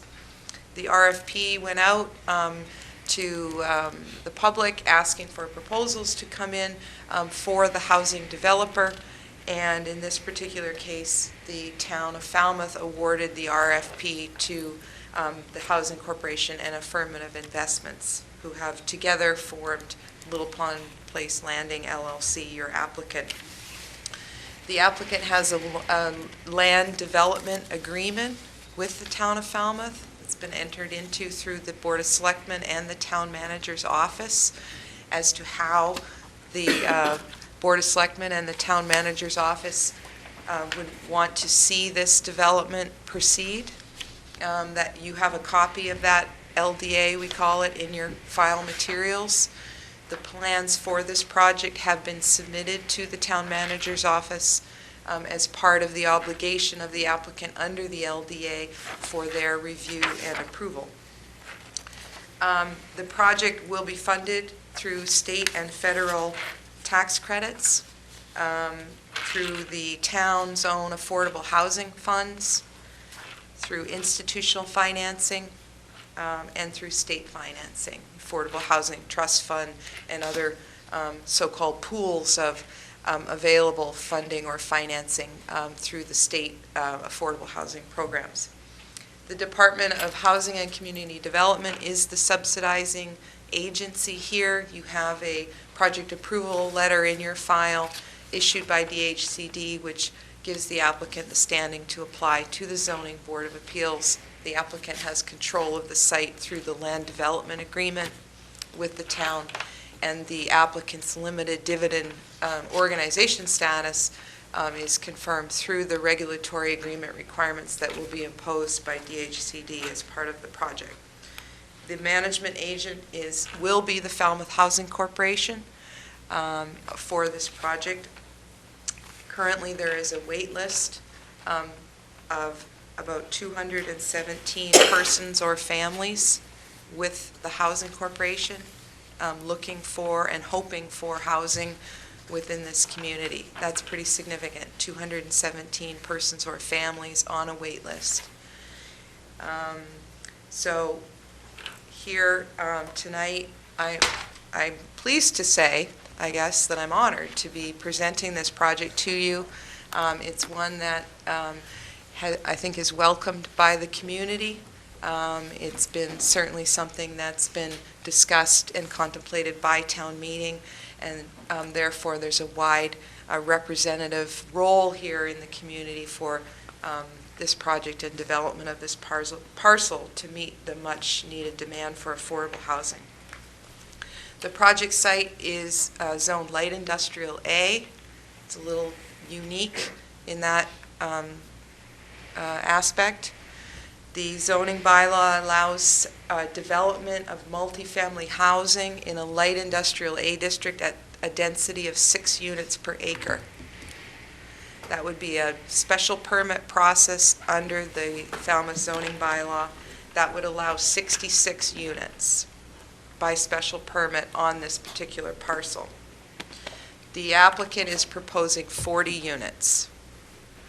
The project is being presented as a comprehensive permit because certain waivers are required, one being a reduction in parking. Certainly, I think there's ample area on this site to meet the parking obligation of the zoning bylaw by special permit.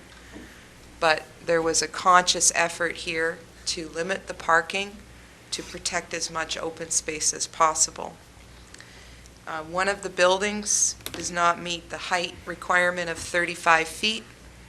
Building 2, it's 1 foot over the 35-foot height limitation. So those are really the basis of the zoning bylaw waivers for bringing the project to you as a comprehensive permit. A lot of developers would say, let's meet the parking bylaw requirement, let's do whatever we can with fill, let's meet the zoning bylaw and come in as a 40A project. This particular housing developer, knowing that it has a great track record with the community, and really I think having a lot of confidence in this project and what a great project it is as it's designed, has come in as a comprehensive permit.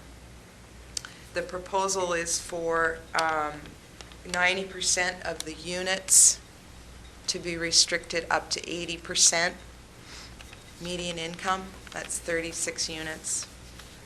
10% up to 110% median income. The town, through the manager's office, has specifically requested that the applicant attempt to incorporate units up to 110% in the project to meet the so-called workforce housing. There are 3-bedroom units being proposed here and 2-bedroom units. So it's not a typical, or I shouldn't say typical, but it's not a project that's limited to 1-bedroom units only. So it is conceivable that having some flexibility over and above the 80% median income up to 110% median income could be of great benefit to the town and some people who don't fall within the 80% median income, but they fall within 110%. Those limitations obviously will be governed by DHCD and the subsidizing agencies. So we say that's the proposal. That's what we would like to see occur. those limitations are imposed through the subsidizing agency, of course. The town, I think, as you know, falls short of the statutory minimum for housing, and is still subject to the state mandate for affordable housing. The proposal is also for 70% of the units to be available for so-called local preference, meaning to Falmouth residents, subject to approval, again, of DHCD as the subsidizing agency. The goals in the site design have been to maintain the wetlands, to preserve natural resources as much as possible, to keep a comfortable distance from the commercial uses in the neighborhood, to enhance the pedestrian uses, to promote visibility of nearby commercial job opportunities, restaurant, retail, etc. So just generally going through the site design, this building here, this is Spring Bars Road. This is building, what we call Building 1 here. This building has the closest facade to Spring Bars Road. The building locations were established first to minimize the amount of fill to be brought onto the site and to bring the buildings out of the floodplain. The highest land runs along Spring Bars Road. So the idea with this building was not only would it act as a screen for the rest of the development, but it would be providing a buffer for the development from Spring Bars Road. The community building is located in the hub, I guess, of the residential buildings here. The community building would have a community room. It would have a mail pickup for residents, and would be available for residential use, for the residents' use, excuse me. The townhouse structures are here and here on the development. The townhouse structures contain the largest units in the development. They're all 2- and 3-bedroom units. All the townhouse units have semi-private rear yards with low fences that open out towards what's called what we're calling the tot lot, which is this area here, which is essentially a small play structure for children. The actual building heights are consistent with single-family dwellings. As I said, we're looking at 35 feet. Some of the building heights are less than that. One of the buildings, Building 2, is 36 feet. In the application, there is a reference to 3 stories. These buildings are really not 3 stories in the sense of the definition of our zoning bylaw. They're 3 stories from a practical point of view, but under the zoning bylaw, they really qualify as 2 and 1/2 story buildings because the story above is not as big as the story below. So we can clarify that a little bit in the application, but I just wanted to make that clear that in the townhouse structures, there is reference on the floor plan to a 3rd floor, but I don't expect that meets the definition of a story under the zoning bylaw. So again, the idea here with the site design is to try and preserve as much open space as possible. We have on the site plan in these locations dumpsters for the use of the residents. Trash will be taken out of the buildings by the residents and disposed in the dumpsters. Dumpsters will be enclosed with a wood enclosure. The landscape for the site, you have a landscape plan. Tom Lee is here also. He can answer any specific questions about the landscaping plan. This plan here gives just a general overview of the lawn areas and the treat areas, but the specifics are in your file as to the details of the landscape plan. On the detail sheet that I gave each of you, there's just a description of each of the buildings. and the basics of the project in terms of the lot coverage. For example, the lot coverage is only 5.3% by structures, 12.9% by structures, pavement, and parking. The allowed lot coverage in the light industrial district is 40% by structures, 70% overall. So the lot coverage for this project is well below what's allowed by zoning. The density is 3.5 units per acre for this development. Again, well below the 6 units per acre that could be allowed under 40A. Also well below other affordable housing projects that the board has approved in the community, 704 Main Street, Cataquet Square Apartments, Fairwinds, all have much higher density per acre than this project. Total number of units is 40. The buildings on the detail sheet, each one of the buildings is described, and the breakdown of 1-bedroom, 2-bedroom, and 3-bedroom units in each building. The 1-bedroom units, there are 13 proposed for Building 1. So that building contains the 1-bedroom units. The other buildings, as I said, are the 2- and 3-bedroom units. The handicapped accessible units, there are 2 in Building 1, a 1-bedroom and a 2-bedroom unit.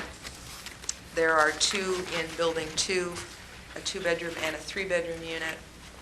And and so we have 1, 2, 3, 4 accessible units altogether.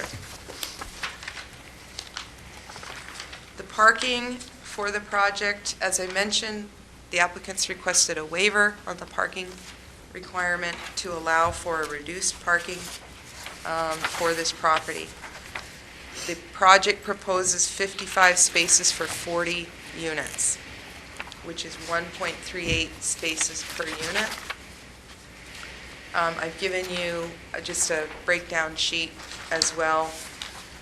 The reason that the applicant feels that the 55 spaces is going to be more than sufficient is really based on usage from other projects in town that the Falmouth Housing Corporation owns or operates. Examples are 704 Main Street, 587 Gifford Street, Edgerton Drive, 651 Gifford, and 300 Woods Hole Road, which was formerly Oshman Way.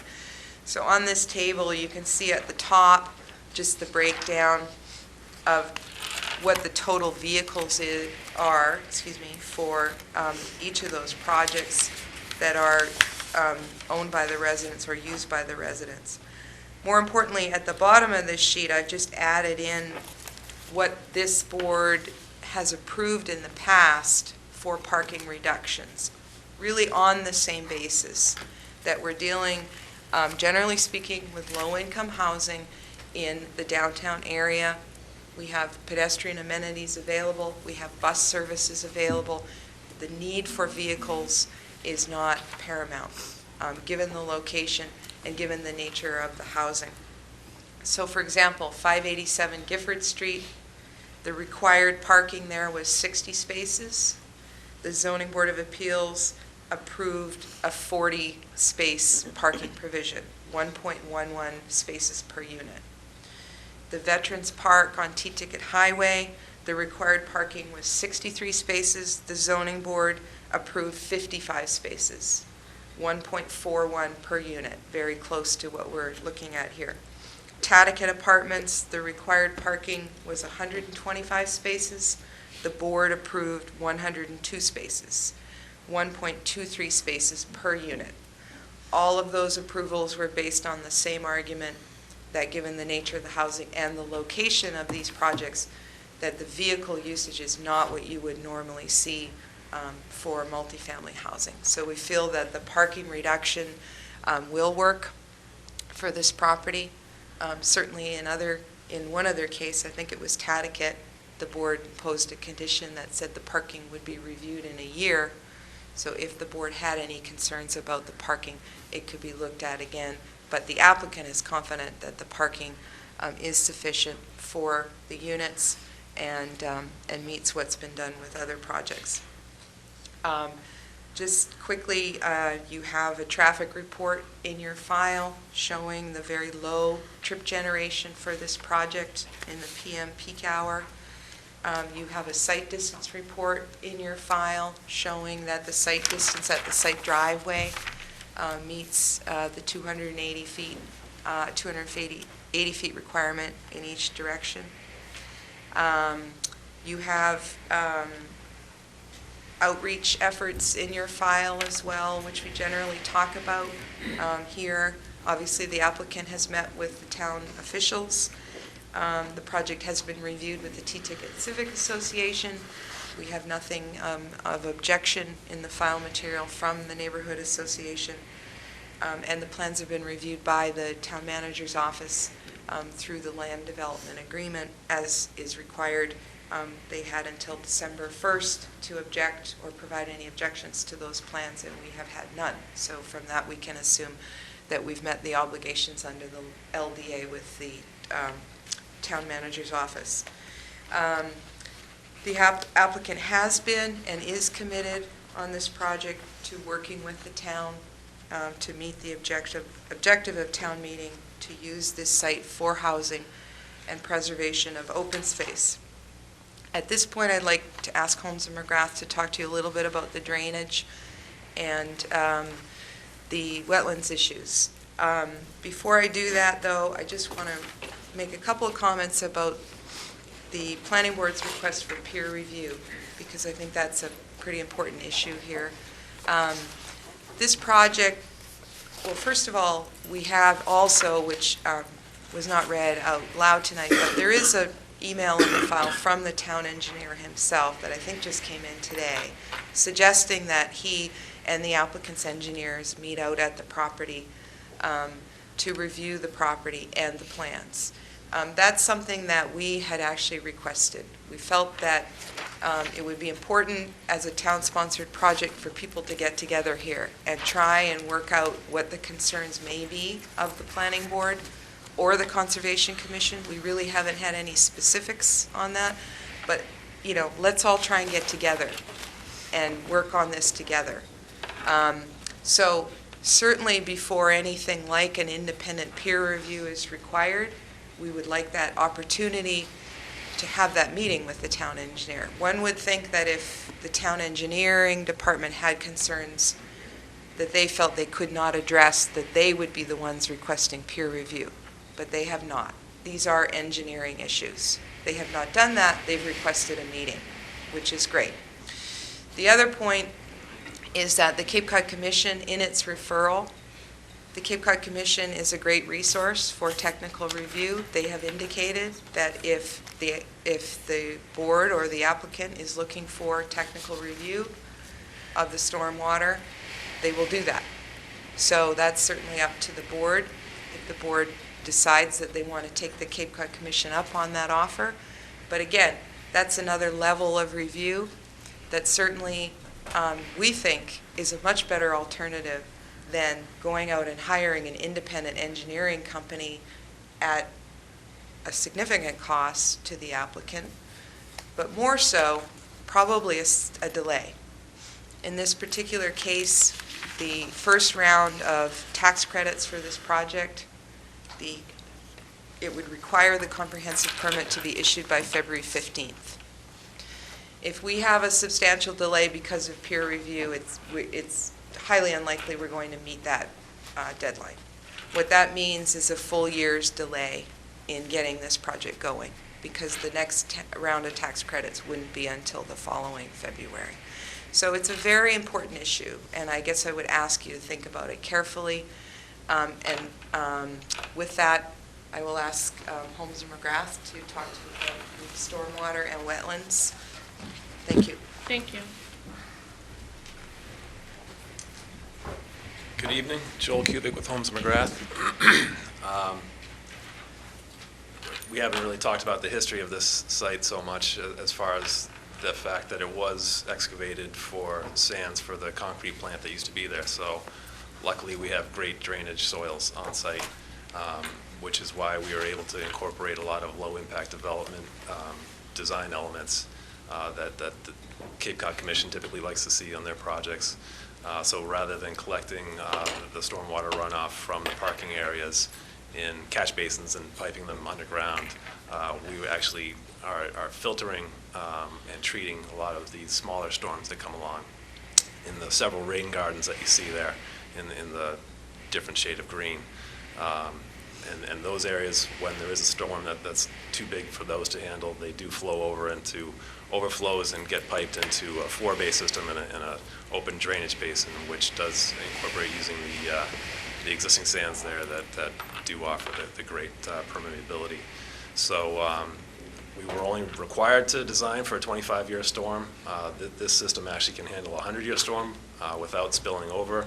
That low area, that's the detention basin in the brown back there, is actually at about elevation 4, and that's really the lowest area in this excavated basin, which is separated from the wetlands that you see to the top of the sheet there, to the east of this site, by a ridge that still remains from that area that existed. And we have the 1941 USGS topo that actually shows that elevation actually came across from the properties on Worcester Court all the way over to that ridge, so that whole area was up around elevation 19 or 20. So a good amount of soil has been taken out of there. What we're also proposing to do, besides infiltrate the soils on site there, is fill up that area, and you can see, I'll point it out. So right now this is all in a flood zone. This ridge that exists is outside of the flood zone because that's up above the elevation 12, which floods in from Little Pond up and around this whole area. So what we're proposing to do, this area up here right now is above that elevation 12. There's a small area right in here that dips down under 12 and is still in the flood zone. What we're proposing to do is fill in along this area with elevation 12 and raise up all these proposed buildings and the parking above that flood zone area. That way that these don't have to be constructed to flood zone standards, although they will be still 2 feet above that 100-year coastal storm event base flood elevation, and thereby removing them from any need for the flood insurance and those other requirements. They don't have basements. They're still going to be constructed to standards that would be that would meet the conditions of the flood zone, but we don't have to. So that process, that whole review of changing that flood zone on the maps is going to have to be reviewed by FEMA. There's a process that we go through. We're actually in the process of doing it. We're getting some of the review materials together for them. But they will be reviewing this to make sure that it doesn't hydraulically constrict any other neighboring areas, and that this is a potential change that they would adopt into their flood map in the future. So I think that covers anything. I can certainly go into more details about the fact that we're really separated on this site from that wetland by that ridge area. We're somewhat of a bowl over here. And one other condition that's helpful for this site is that this is already above the elevation 12 of the flood zone. So access and egress from this site in a coastal storm event would still be potentially possible if this is all flooded back and around there. So there is that safety concern that we've addressed.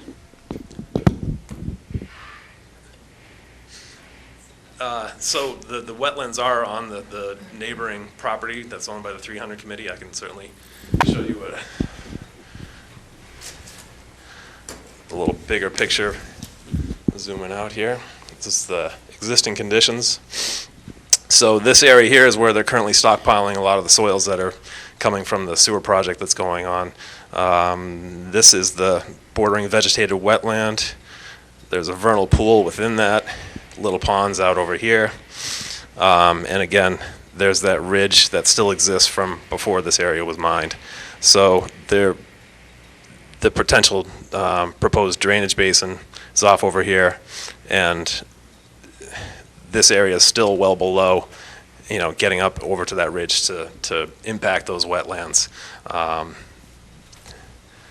So we don't expect any impacts on those. The only small amount of work that's actually going on within 100 feet of that wetland is this little bit of grading right in here. So it's a minor amount of work that's going to be landscaped and lawned, and it's not right now. It's mostly sand and debris, so that would be an improvement to that area.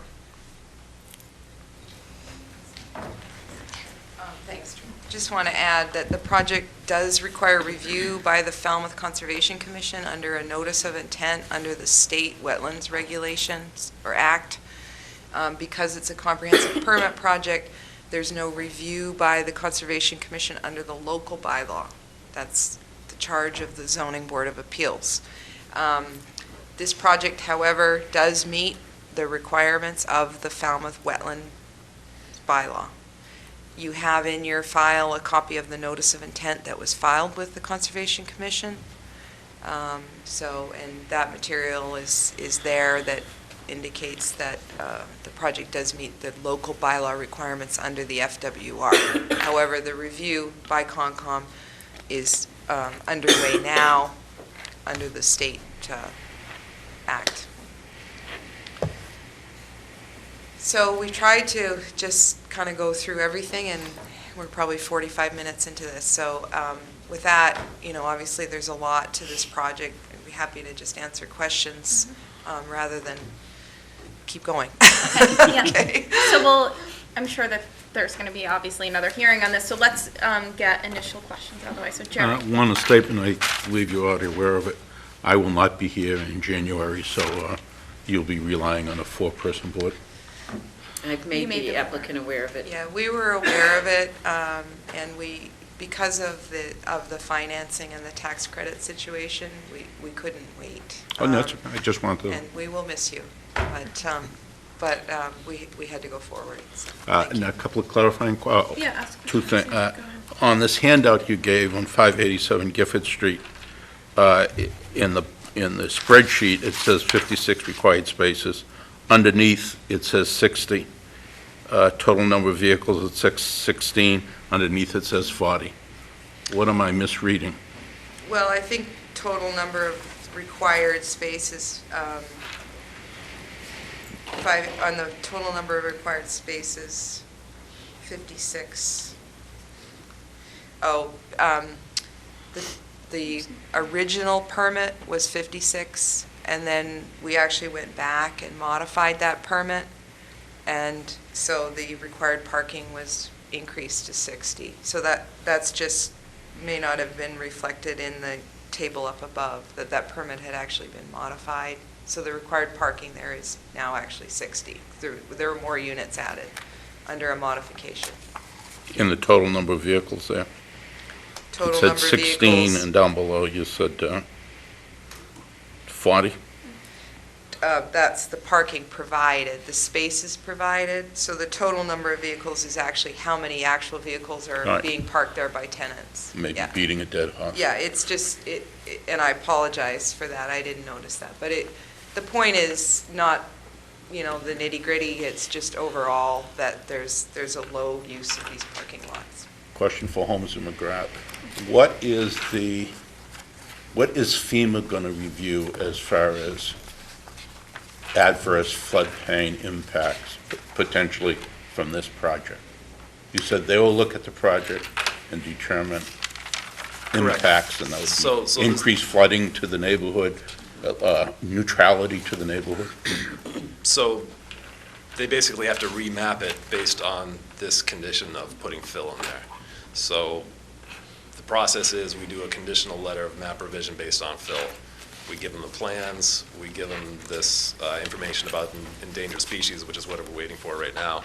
And they'll look at this and see if this is actually going to make a change to neighboring properties or to the floodplain that they've already mapped, and what kind of a change. So if they feel that it's going to be a problem, I imagine we'd have to make some kind of revision.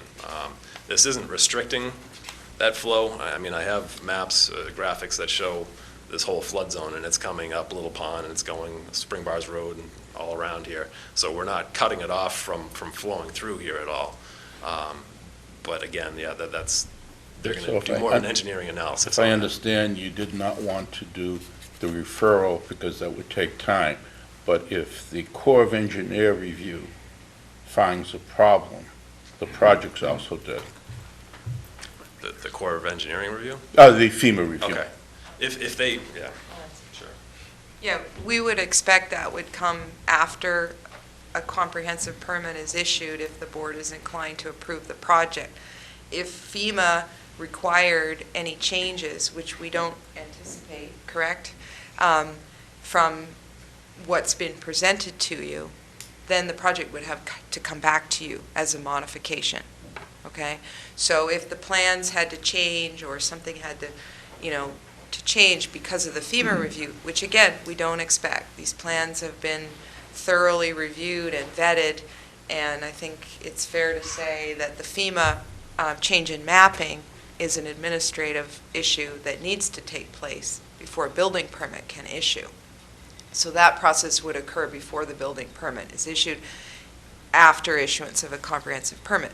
But in order to be able to be eligible for the tax credit funding for this round in 2017, we'd have to have the comprehensive permit in hand.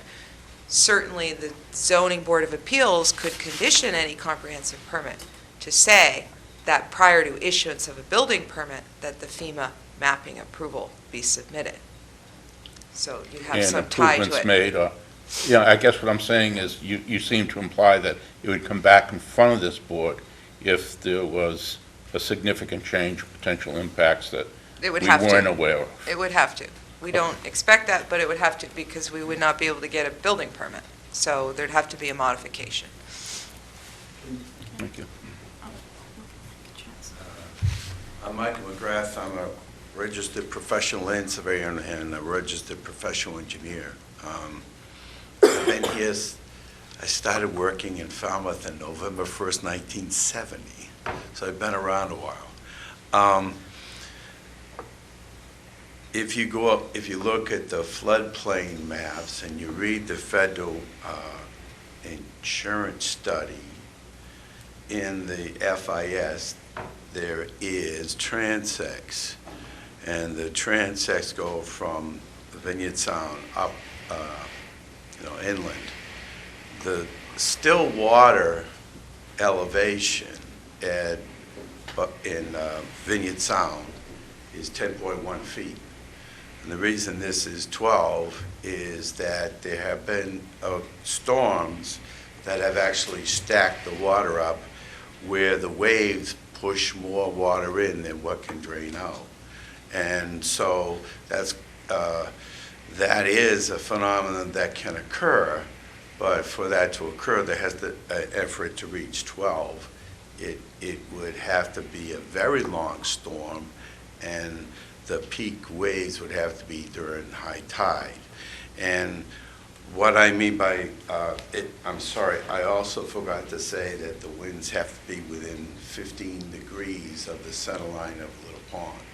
So we have filed in other places for these kind of adjustments by fill, and I believe as long as they're not in a flossy zone or a floodway, it should be readily approved, especially since this is so far from Vineyard Sound and real wave exposure. The water here will come in, there'll be very little waves, and like I said, it would be extraordinarily rare for it to ever reach elevation 12 at this location. Thank you. Paul? No questions, thank you. Ed? What was the time frame for the meeting that somebody just suggested was going to happen between the town engineer and the I believe, McGrath? did he I say early suggested, January? early January, so that it can be done prior to your next hearing. Would it be wise to have somebody from the zoning board there? Just so that it helped the education? I think it would be beneficial and wise for Suri to attend if I think The more town officials we have there, I think it would be great if the conservation administrator would attend as well, and we can all try to work together to address the concerns that people may have, that, and including the planning board, that we're really not getting specifics on to date. This application has been in your file for quite some time, but it would be helpful to the applicant to know what these issues are and why this peer review seems to be suggested in specific detail, because it obviously... Suggested that somebody could notify the zoning administrator when it's going to be. I will help Yes. set it up. Okay. Yes. Thank you. I was the one who Any contacted other Jim, questions? so Okay, TJ? hopefully that'll be a point of contact. Attorney Moynihan, just because I didn't see it or I didn't hear it during the application tonight, the sewer, it's going to hook into the town sewer? Yes, correct. Isn't available? Yes. I think just to get that on the record, that was good, given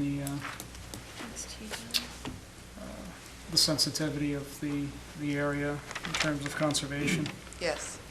And the affordable units, will they be dispersed through the townhouses and Building 1? Yes. And again, if the subsidizing agency permits the 4 units up to 110%, then, and Tara, you might want to comment on that. If we were able to get approval for that, which units would you be allocating?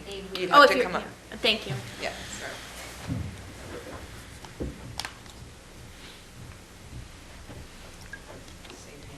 Yeah, this is Tara Mizrahi. I'm from Affirmative Investments. So 2 things. One is that Laura was nice enough to do out the chart that said the affordability. It's actually up to 100% AMI. That matches, I didn't catch that, sorry, because that matches the LDA that we have. There was talk about 110, but the LDA says 100, so that's fine. Anytime that we mix any different types of affordability, they try to spread them across the type of units and throughout the different buildings. So it would be a representative group. So if we had, my guess is if we had, say, 4 at the higher affordability level, it would be 1 1-bedroom, 2 2-bedrooms, 1 3, just to give you an idea. I mean, it's up to the funding agency, but that's how it would go. Thank you. Can I Or ask- do you want to follow I up? just Sure. want, I just have a quick follow-up to Okay. that point. So would it be on a demand basis, or would it be set No, units? it would be set ahead of time, Okay. and it would be set units. Okay. Yep. Thank you. I apologize for that error on my detail sheet, the 110 and the 100. We have agreements all over the place, so Yeah, it would be sorry, Laura. no, that's okay. We want to be sure that we're following the LDA, obviously, so it is up to 100% for... Thank you. TJ, were you all set? Just one more question, Attorney Moynihan. You did state that I think it was building number 1, since you are asking for a waiver, I think you said it was 36 feet? It's building number 2 I'm sorry, building number 2. at 30. Laura, can Seth just talk about that, the height? Okay, thanks. This is building number 2 right here. Hi, I'm Cliff Bomer at Davis Square Architects, and actually building 2, the actual built structure is identical in size to building number 3. The height difference is just because of the way, our understanding of how the zoning code measures building height from the curb line, and the grades are different at the 2 buildings, so that's why the height is different. So they're the same building, basically. Thank One's a you. little bit longer with 2 more units in it. Thank you. You all set, TJ? Okay. So, let me see, I'm just gonna go through. I guess this is an architectural question. Just regards, I see that there's kind of darker spots on the buildings, and so are there different materials being used? Are there different sidings, or? That interest? Sure. I could say a couple of things, too, if that's okay. To go a little bit about the architecture, I wanted to point out a couple other points about the site plan.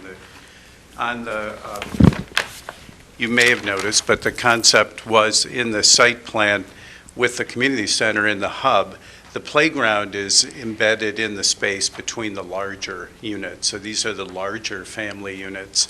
So they'll have their eyes on the playground space. So there are a number of reasons of why the different pieces were put in the plan the way they were. This is also the main green space that opens up and down to where there's a pathway that goes across over to the pond area too. So it's kind of a way of the open space interfacing with the development. What we did with the architecture in general was to very carefully follow a lot of Cape Cod guidelines about variation of materials, variation of roof lines, different kinds of roof pitch, dormers, asymmetrical roofs, full gable end roofs. And probably the most important move, I think, was breaking up the long building with a lot of changes in the roof, a lot of different full two-story extensions coming out with gable ends. And the reason that we were able to make the scale, so this is what you see when you pull into the development. And we were able to make the building actually the size of single-family homes. The width of the building, even though it's a double-loaded building, is considerably narrower than a traditional double-loaded building. Most of those are about 60 feet wide, 57 to 60 feet wide. And we wanted to have real gable roofs, not roofs that go up and then are flat on the top. That you see a lot of them. We didn't want a really low-sloped roof if you had a gable roof on a really broad building. So it's important to keep the roof pitches in line with what you see on the Cape. Building colors, we haven't really determined all the building colors. The materials in general are clapboard materials, shingle materials, and trim, generous trim around the windows.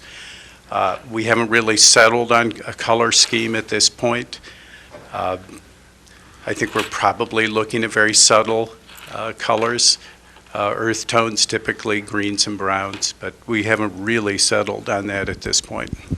But there will likely be kind of differentiation colors Yeah, between. no, that's absolutely the contrast. idea, and we want to have some variety. I don't think we'll have, I'm the architect. Right. My client has a lot of opinions about color, but I know all of her existing developments. We did, in fact, we were the architect on Notantico, which was a development here in town that we designed, that the Housing Corporation did. So I guess I'm reserving that until we have all of our color charts from the material companies, and so we haven't selected colors, but there will be variety within the buildings. Okay. That building is very long on the street, and was there any consideration to kind of breaking that up into two buildings, or why was that style chosen? Well, it's for a couple of reasons. One is that it does create a nice protected area for the entire interior of our development.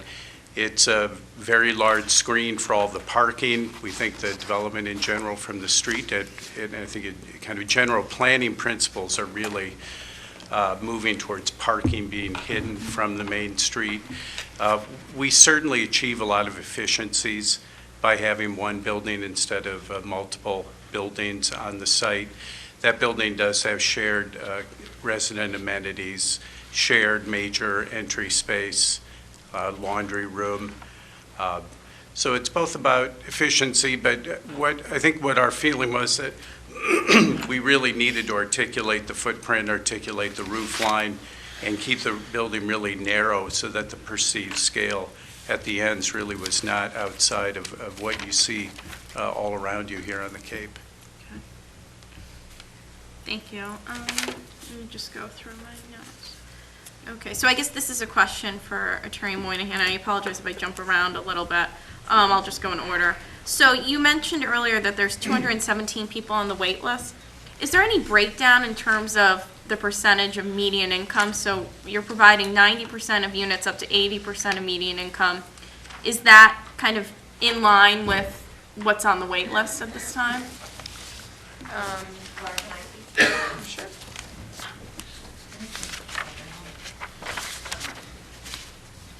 So to answer both questions, so the wait list is representative of people at all different area median income levels. The other piece is as we look at the financing, so we've set out what the max affordability, so as Attorney Moynihan said, it was 90% of the units will be up to 80%, and 10% would be up to 100% AMI. But within that and below that, we'll have different ranges of affordability below that. But we need the flexibility because there's different financing sources that fund different things and have different priorities. But there will be different levels under the 80 and 100. And as the wait list, I think it's people of all different. I mean, there's some people that without, even in a facility like this, without a voucher, a Section 8 voucher, still would have trouble. So, but most people that would be living in here probably fit in the, I would say at least maybe 50% of the people on the wait list probably would be able to without a voucher, would be able to rent here. Yeah, at least. Okay, great, thank you. Let me get back to this.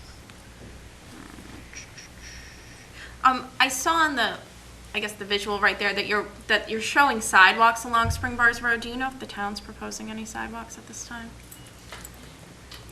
There currently is a sidewalk. There on is? Spring Bars Oh. Road, yeah. I should know that because I don't drive down there very often. Okay. So you'll kind of connect into that on the site plan? Correct, yeah. Okay. I don't think it shows on this one, but on the site plan, here's the existing sidewalk along Spring Bars Road. There's a sidewalk that connects in here, and people can, cross across the driveway within there. Okay, thank you. There was one unit on the plan identified as the manager's rental unit. I just didn't know if you could speak to that a little bit. Yeah, that is included in the 40 units. It would be deemed an affordable unit as well. It would be designated for the on-site manager's residence. So there would be a manager there to deal with maintenance issues, emergency issues, stuff like that. The actual management office for the project would be at 704 Main, at the Falmouth Housing Corporation office. So the residents would be, if a new resident was coming in, for example, would come there to talk with Linda and others about, leases and things like that.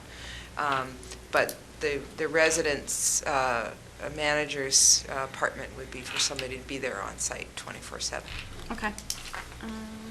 Would that be like a maintenance man too? Is that on-site maintenance? Yeah, generally, or? yeah. Okay. Yeah.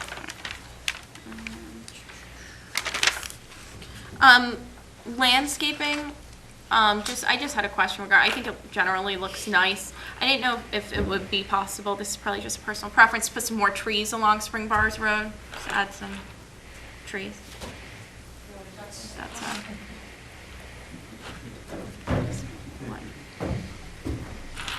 or a variety. Tom Lee, TL Studio Landscape Architects. I'm sorry, Yeah, wait, the I'm sorry, excuse me.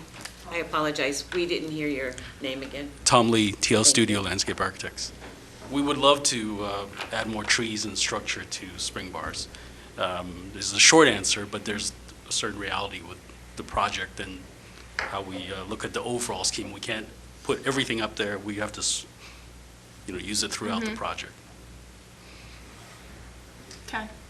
Do you have any sense of how many more trees you're Just a thinking? few, I don't know, just a few. Maybe a different kind or something to add some. I mean, I think generally, I think the project looks great. I think the design, the layout's great. I would just like to see more trees, but that's all. Well, that's Yeah, all. about Geez. site I think that's distances and a, growth. Oh, well, okay. All right, Pretty we'll- innocuous we'll- request, we'll that's all. take that under advisement. Thank you, I appreciate, I'm just playing Mark Cool, who would always want to see more trees and arborvitae. Oh, and I should have mentioned that there are bike storage. You probably saw that on the floor plan. Speaking of, I always think of Mrs. Favuli when we talk about bike storage, but in the, inside the building, so it's a little different there. Okay. Questions for, I guess, Holmes and McGrath. For the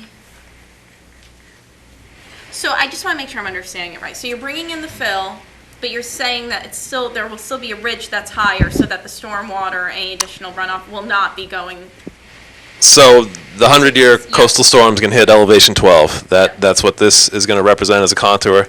That's the existing elevation 12 contour running around the ridge that's there right now. So there is still kind of a saddle there that water can pass through. And again, it's still coming from the other side around here as well and filling up this whole A zone. Okay. So it's not completely constricted there.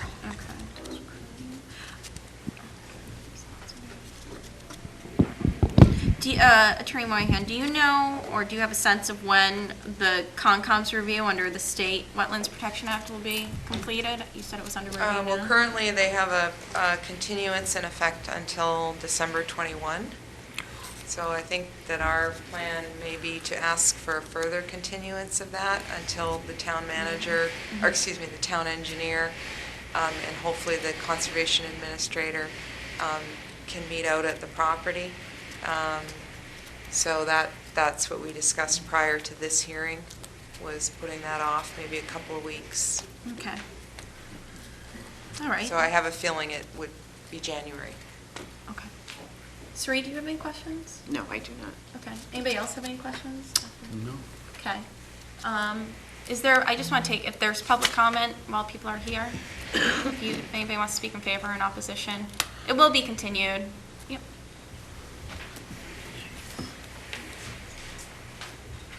That woman's crazy, huh? I was trying to figure out.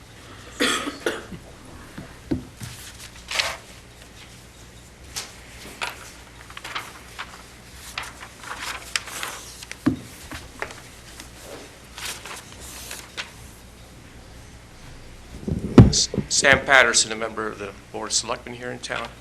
And I just wanted to address some of the concerns about flooding and flood flow, because I've walked over this site many times. I've had Bob Shea, our Geographic Information Systems technician, actually do floodplain maps for me, taken some people on tours. And I think if you go out there, you'll realize that the concerns about flooding or even displacement of floodwaters that are surging up a little pond will be allayed. This area is very well protected. It's a quarried out area, and it's essentially protected by that berm that Engineer Kubik actually pointed out to you. But I wanted to mention one other thing. To the south of the conservation site is a large shoulder that extends over toward the little pond itself. And I think Mr. McGrath mentioned that winds would have to be coming in within a fairly narrow angle to really pick up any significant wave activity. And so this shoulder really buffers any wave action and forces it sort of in a funnel-like effect away from this area entirely. And if anything, is going to deflect wave action onto properties in the general Little Pond area. It's going to be that natural barrier. But I would invite you to actually go and verify that for yourself with a site visit and walk through this property and see this ridge that remains that once was part of that hill that extends all the way over to Worcester Court, and see that this is a quarried out area, and they're going to partially fill it in order to bring this site above a floodplain elevation 12. And I think, well, I'll let them give you the actual details of the height. So it really, from my perspective as an engineer and a physicist, looks pretty reasonable that it will be moved out of the floodplain area with what they call a letter of map revision on the part of FEMA, and will therefore not require floodplain insurance. But I would invite you to go see for yourself how well this property is buffered from the Little Pond area, and which would be the source of the flooding that would occur. I think the other thing is to recognize from my observation is that at the mouth of Little Pond, Minot Road, is at about 5 feet above mean sea level. We're talking about 12 feet here. So if that still water surge comes up into here, you're talking about a flood storage volume that extends all the way past Martha's Vineyard, includes all of the sound. And so any displacement that's going to occur as a result of this fill is minuscule compared to the overall flooding that would be taking place to push water up to a 10-foot or 12-foot level. Do you understand what I'm saying? That the flood extends right out into Vineyard Sound. It isn't this area that's the sole flood storage. I think most people confuse riverine flooding, where the water is coming down a river and is constricted by something and backs up. In this case, it's coming in from the ocean, and the volume is the sound itself as it's surged up to a higher level that floods inward into these areas. So it's a different dynamic entirely, and I've actually taken the training for certified flood management. I didn't get the certification, but I did it for my own education, where they really talk about the two types of flooding. In the case of riverine flooding, they actually have a regulation that says that you cannot create fill behind a constriction in the river that would cause the flooding to increase by more than 1 foot. That's the specification they use. This is not that case at all, and it's an entirely different kind of flood. So I just wanted to mention those two things as facts that you should be looking at in terms of considering whether, in fact, that there's going to be any likelihood that FEMA would ever disallow filling this area because of any kind of likelihood of increasing the flood risk to any other adjacent properties. I just have one question for you. Sure. Obviously, you're a selectman. Are you here on behalf of the Board of Selectmen, or are you here individually? That would be just an individual comment on my part. Okay. I just wanted to Obviously, get the record. I've explored all this on behalf of the selectmen itself, but I'm just pointing it out so that you, in exploring the facts that surround this whole project, are a little bit informed in terms of looking for possible risk factors. Okay, great. We appreciate it. Does anybody have any questions? Could I just add, Madam Chair, Yes. that the record is very large, but just in case you didn't see it, that the Board of Selectmen did formally vote, I think a week ago, to support this Right. project as proposed, and that letter is in your file. It's in the file. Yes. Yep. Thank you. Anybody else like to speak on this at the moment? Okay. So, I think do you want to just have some general discussion? So give them feedback while we're going to continue it, so that meeting happens. I don't know. Doesn't sound like anybody had any concerns in their questioning. I think it looks like a good project. I think it's well-designed, too. Yeah. Well-designed use of the property. Waivers are certainly reasonable, minimum, and besides my request for additional trees, which is minimum, or minimal, I think it's overall a good project. 40 units on the subsidized housing inventory would be great. Yeah. And so we'll have the meeting of the engineers. I think it also makes sense to delay. I know peer review was recommended, that meeting should take place with the engineers with Suri. I agree. And then we'll see what the referral is at that point and see if we think that's necessary. Okay. I'll get that as soon as I can. Okay. Set it up. So a continuation date, obviously, Jerry, you will not be here. Unless you have a good travel budget. Guess what? Never mind. So the 12th, I may not be able to be here. The 12th, January 12th? Yeah, I have a hearing Well, scheduled you for can see projects. we've got 6 hearings that night. Yeah, so maybe the 19th. The 19th. I think makes sense. Do you want to do it before or after? Let's do it before the other 4. Let's do it before. Ori is scheduled at 6. Right, but a continuation can be Right. scheduled at 6. Yeah, I so. think 6 works, right? Yeah. Yeah. Okay. So a motion to that effect? Yes, so a Is motion that, to excuse me, I continue. apologize. Oh, yeah. Are you available that date, January 19th? Yes, thank you very much. Thank you. So is there a motion to continue to January 19th at 6? Make a motion to continue to January 19th. Second. Okay, so that was Ed and Paul. All those in favor? Aye. At 6 PM. At 6 p.m. Yeah. Opposed? None.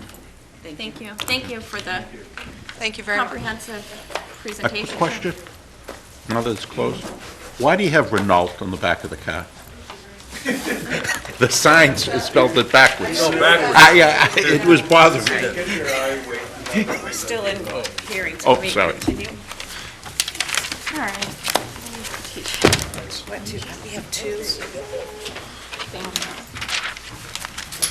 All right. Yes. I think that was it. Yeah.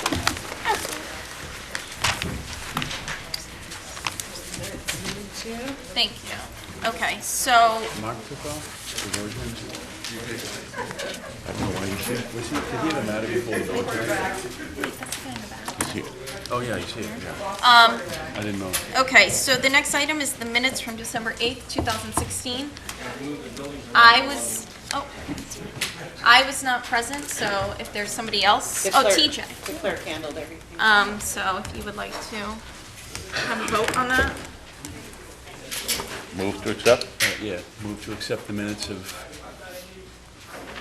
December 8th. Whatever we just said. Second. Okay.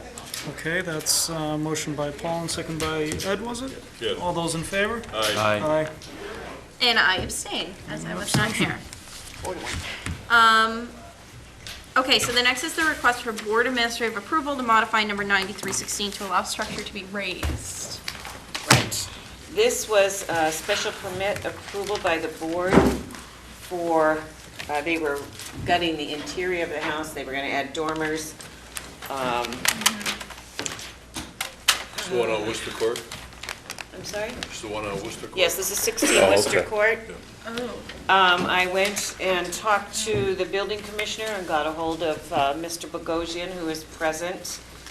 The building commissioner had been in contact regarding the foundation and other issues. What I have here is a letter from the engineer that states, due to the condition of the existing framing, it was determined that it would not meet code and that it would be impractical and dangerous to work around the existing framing while updating the building. And I have a letter from Mr. Bogosian regarding now the foundation. The foundation has found to be compromised. There are pictures in the file. I did talk with the building commissioner, and he doesn't have an issue, but it will require, of course, the amendment of the building permit to include all the things. Mr. Bogosian is still proposing to build the exact same structure on the exact same footprint that this board approved. There were floor plans. This was approved on It doesn't need to be raised? It's not in the October flood zone? 13th. It is raised. No, I'm saying it doesn't need to be brought up now that it's been. It's gone. The No, building's gone. no, You mean it's not in a elevated? flood zone. Oh, no, not in the Okay, flood thank zone. I'm sorry, I misunderstood what you were saying. But here are pictures of the foundation if you have any questions on it. So it's the You same can see exact that it's- building that's being built? He is going to have to start from the foundation Right. and go up, and it will meet the exact plans that are submitted to the file, and the building commissioner agreed. If there are any modifications, Mr. Bogosian will have to come back to the board. So that foundation has to go. Yeah. It's been compromised, you can see. Do we have in our conditions for this, usually we do an as-built plan? We did not, because what was happening It with was this, just very minimal. it was a second-story I will be required. addition. It was a second-story addition. Now, things are different because it is, but he's gonna have to meet the exact same setbacks, put the foundation in the exact same location. Otherwise, it's a modification. And come in with Well, as-built. wait, so could we administratively approve the request subject to a condition that an as-built plan be submitted? Sure. Sure. That way to confirm that it's. Sure. Yeah. I mean, Well, because he has if to have it's a the set of same, drawings to build a new building. if it's the same. He is, Yeah. the But I want building the as-built. department is accepting the plans that we've approved. He is going to build exactly what this board reviewed. His initial building permit was to renovate the whole interior of the house. And he was in front of the ZBA to add that dormer along the whole back second floor. When they got in to renovate, they found the framing was compromised, and then now they're... My concern is, I don't think it's, I am not, I don't find what they're proposing to do objectionable. My concern is for the neighbors, that even though they're proposing the same exact building, it is a new building, and my concern is just, it's a different application than we Well, it's the approved. same building that was advertised at the initial hearing. But it was advertised as a modification to an existing dwelling, not a raise and rebuild. What could the neighbors bring in as new issues? I don't What's know. well, It's going to be the same height, it's going to be the same That's what- exact Well, design, I mean- same footprint. So, What were the existing nonconformities? I mean, because now you've raised, is there an Yeah, I mean- opportunity to improve the nonconformities?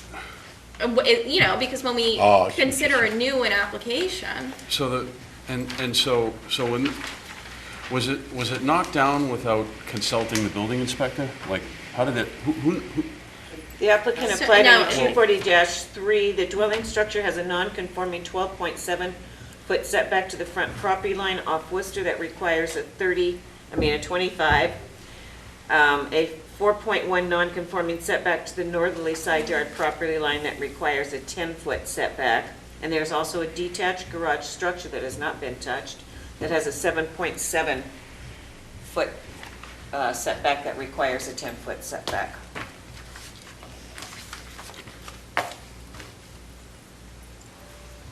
Like I said, I've been in touch with the building commissioner. He's aware of everything. He I mean, has reviewed everything, and he has met with Mr. Bogosian, the plans that he has right now. Now, everything will be brought up to code, but it Right. will be built as according to these plans, because they have not been modified. I mean, whatever the board wants to do is fine. It seems like I don't know, but,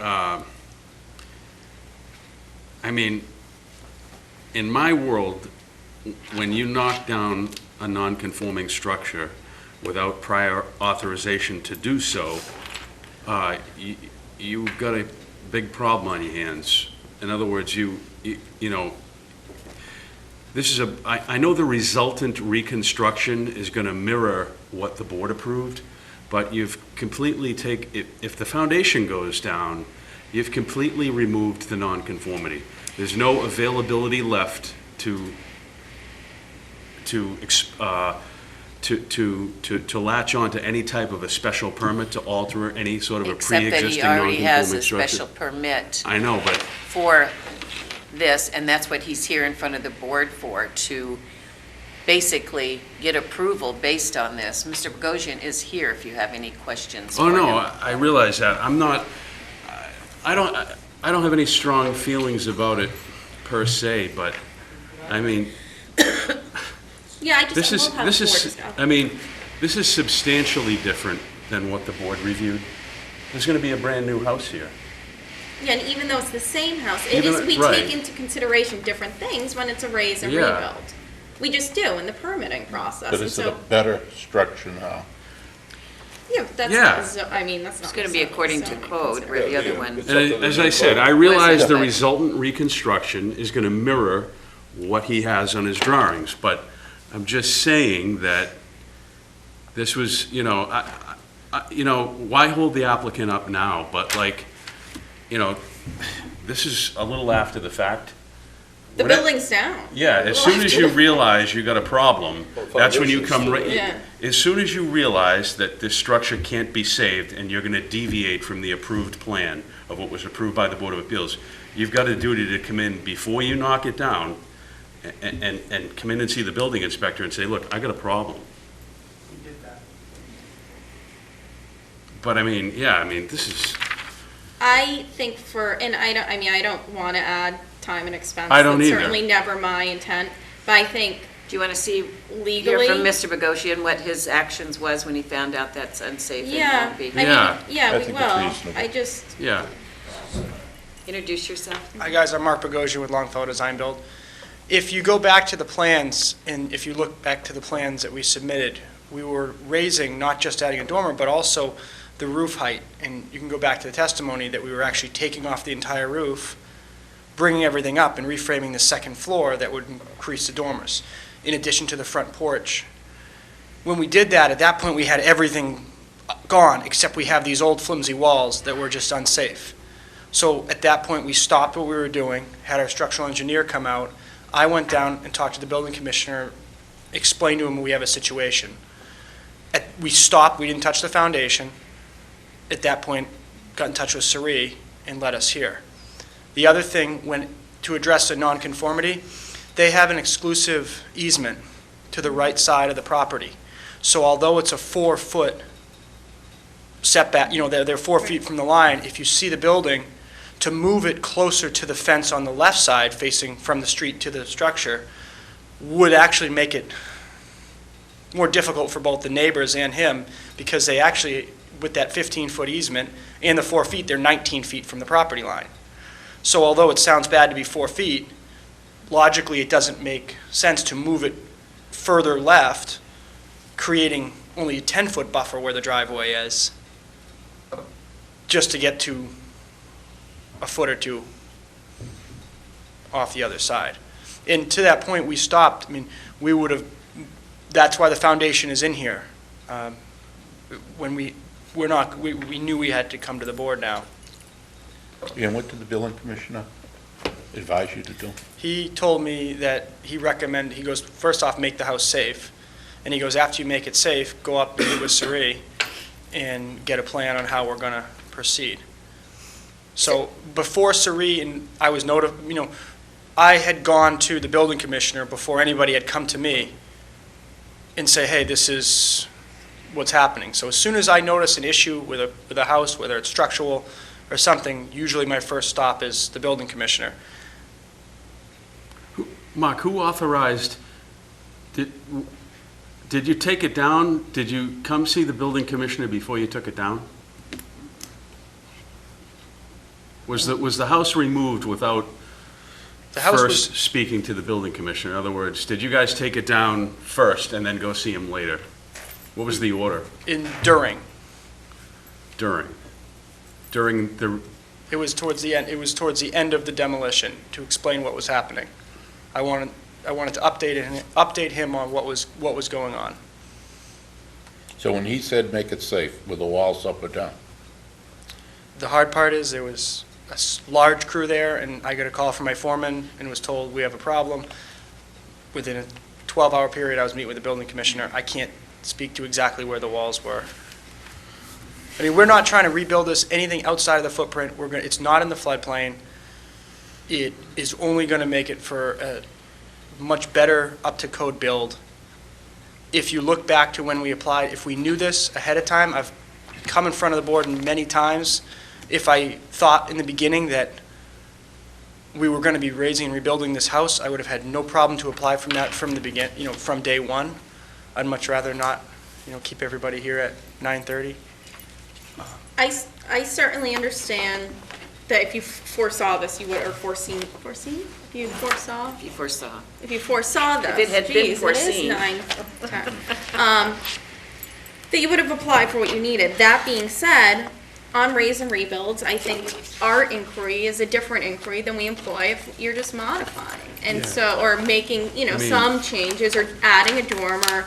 So I think it's the safest bet, and whether people come or they don't come, or whether we change it or not, I think the safest bet is to determine it's substantial and have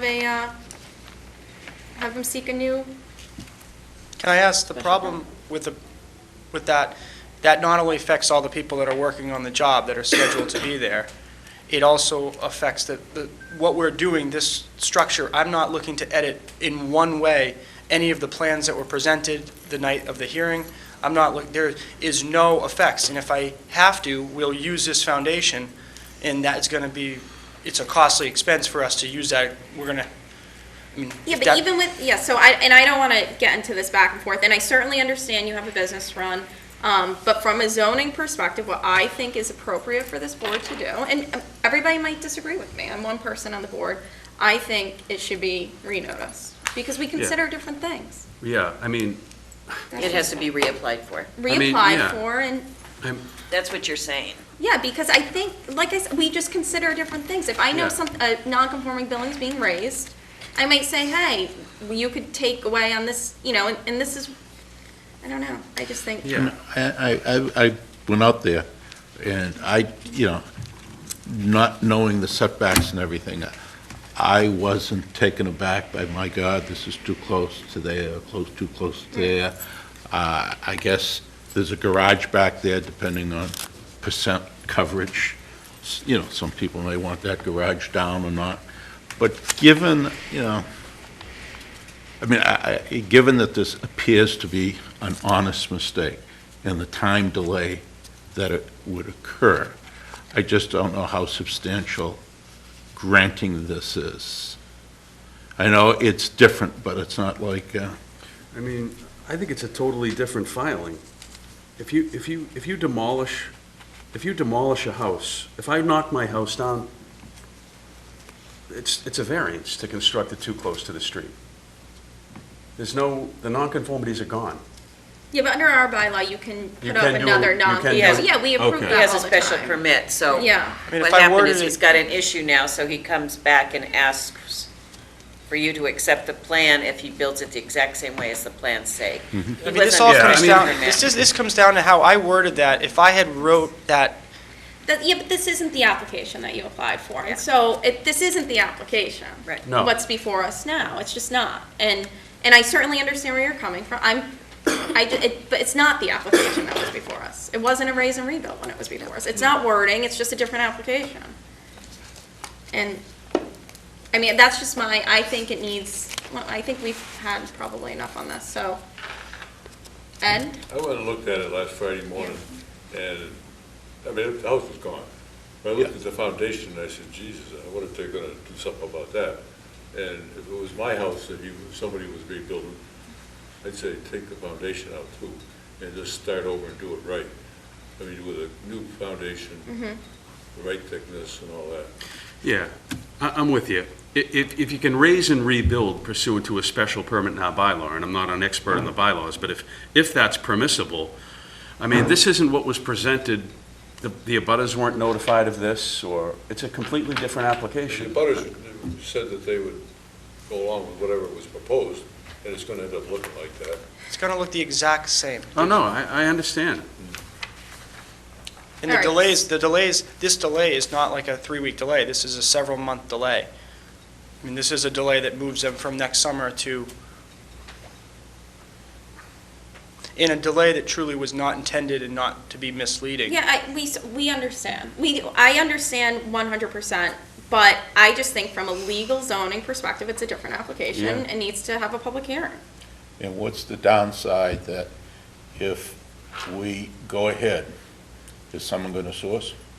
Somebody know. An could abutter seek could. zoning Sure. enforcement. They could say, I was never notified that this was a raise and rebuild. That's They right. could appeal it, And and then That if this How is many our days from determination. today to do it, if we make the Jerry, decision? you don't make a decision based on whether or not you think somebody's going to appeal. Maybe that's how you make decisions. I make decisions based on what I think is legal. Well, I also make decisions that basis on what is Okay, legal. you're and here to what- enforce the zoning bylaws. Well, I'm also here to, and try to figure out what's happening, what's best. We don't have to be lawyers, engineers, other professions to be on the board. We rely on Sari. We're fortunate that we have 2 lawyers here. And I won't argue with the pure legalistic interpretation. All I'm saying is there may be an opportunity, and if Sari had said that under the special permit this could be done, why have people jump through hoops? Okay, No, well, no, Jerry, no, I'm not saying well, that. I'm here's an- saying that well, it's protected because it has a special permit. Well, here's But it's an- up to this board if it requires a modification Okay, or if all they right. can Okay, administer. requires a so modification. it's winter. All of a sudden, there's a new building up. A neighbor who hasn't been down since Yeah. last summer, who is Says- not notified of a public hearing, comes down and Could says, I- oh my God, that's a different building. Sure. Oh my, like, Can I leave the foundation? Would you be okay with just No. reframing, but I will leave the foundation? I mean, it's not, Okay, it's so legally TJ, how do you impermissible, feel? I think. I mean, I think the applicant, they first proceeded with the application in good faith. This is the risk that you run when you have a project like this. You start opening up walls. You don't know what you're getting yourself into. I completely understand your point, whether it's a new project or not. It's a tough spot to be in. all right, so Sari, what do you need? Do you need a majority to, or is it, what's the vote? This is a special permit, so you need a supermajority. Could So- I? So could I would, I'll move to deny. Could Oh, wait, I- no, it has to be the other way, because there's 3 people leaning in favor, it sounds like, right? So, Could I ask one question? If I could get a letter from an engineer on how I could try to rebuild with using that foundation. it's not the foundation, Yeah. it's the I'm just, application. I'm It's a process. I understand what you're, I'm trying to do whatever I can, you know what it is, because I'm here trying to represent clients who are just excited to have bought their house and doing this. And we understand, living in this great community, everybody wants to get their house finished. I 100% understand. I really do. Because we sit here and we hear it, and I get it, but abutters have rights. And this is, I'm just one. Can we also notice the testimony that nobody had any opposition to It my was original? a different applicant. I'm not going to go back and forth. So, Okay. and I respect you. You're always very forthcoming when you come in here. I think you do great projects. It's just, it's Yeah. not you, it's not this project. as It's do just, I, it's but- not these homeowners. It just has to do with what I perceive the proper legal procedure. As do I. So, I mean, it's a different, this is not what was proposed to the board, and it's a substantial change. This is a raise and reconstruct. I mean, it's just materially different. I Okay, think you so- probably have enough information to make a yeah, decision. so, well, I need so there's 3 people, it sounds like, in favor. Just have somebody allowing make a it. motion So make and a the board motion in vote on it. favor. I'll make a motion in favor. Okay, to allow. I'll second this. it. Oh, Okay, yeah. so that's Ed and that's Sherry. All those in favor? Aye. Okay, opposed? Aye. So that's 3-2. So the motion doesn't carry. Yeah. Now you make a motion the other way, because So there's I no will make a resolve. motion to deny the request. Paul, do you second it? Second. Okay, so that's myself and Paul. All those in favor of denying the request? Aye. And then opposed to that? Aye. Okay, so that's 2-3. So that doesn't carry. Is there any way we could get on a quicker time as if it You was have a to talk to continuance? Sri about that. No, you have to give, the whole thing is you have to give notice, publication. So we're looking, from what I understand, we'll be back here sometime in February. It depends when you can submit the application. I believe it's February 9th we're looking at. Does anybody have that? Yeah, February 9th. February 9th, then you I'd get that, prefer then you to wait, go we'll get the through permit, we'll be able to motion get and started carry again in 4 to April. 1. Sorry, Anybody make a Yes. motion to where it carries 4 to 1? sorry. Say that again? I do feel bad. It's not February 9th. I don't know what you're trying to say, Sri. So what are you trying so, to yeah, but say? so what does that mean? We don't have 4 votes for anything? So then no action is taken? No, because it's in open meeting though. Right, it's an open meeting. So there is no continuation in an open meeting because it's not a hearing. So the consensus of the board is it requires a modification. Yeah, I mean, it just does. It I do sucks. feel bad. It sucks. I mean, You know what it sucks is, I'm gonna lose this, it just is what it is. It's just, because it's something that I worded improperly. No, yeah, but you didn't word it improperly. You applied for the correct relief at the time. It's not, you didn't do anything wrong. Yeah. You didn't do anything wrong. I know that, but it's. All right, no, I do want to say something just generally to the public, because there were comments made earlier about Sri, giving information, lying to an applicant. I don't know if she said lying. Well, I don't know if he said lying, I don't but think he said- misrepresenting how the board was going to proceed tonight on something. And I don't think attacks on Sri are fair, certainly in this circumstance where I know she's gone above and beyond to answer I agree. questions of this applicant. She's not there to provide legal counsel or legal advice. She, I know, has informed the applicant numerous times that he should retain a lawyer. So I just want to make a comment that I don't think that those attacks on Sri were merited. Sri does a great job. Yes. And Question about Yep. I know particularly in that instance, she went above and beyond, and she is here, she's the board's administrator. I know that she's always provided correct information to applicants, and so I don't think that those comments were reflected the truth or what actually occurred there. So I just wanted to say that. I agree. I agree. Unfair characterization. Yep. Yes. Okay, meeting adjourned.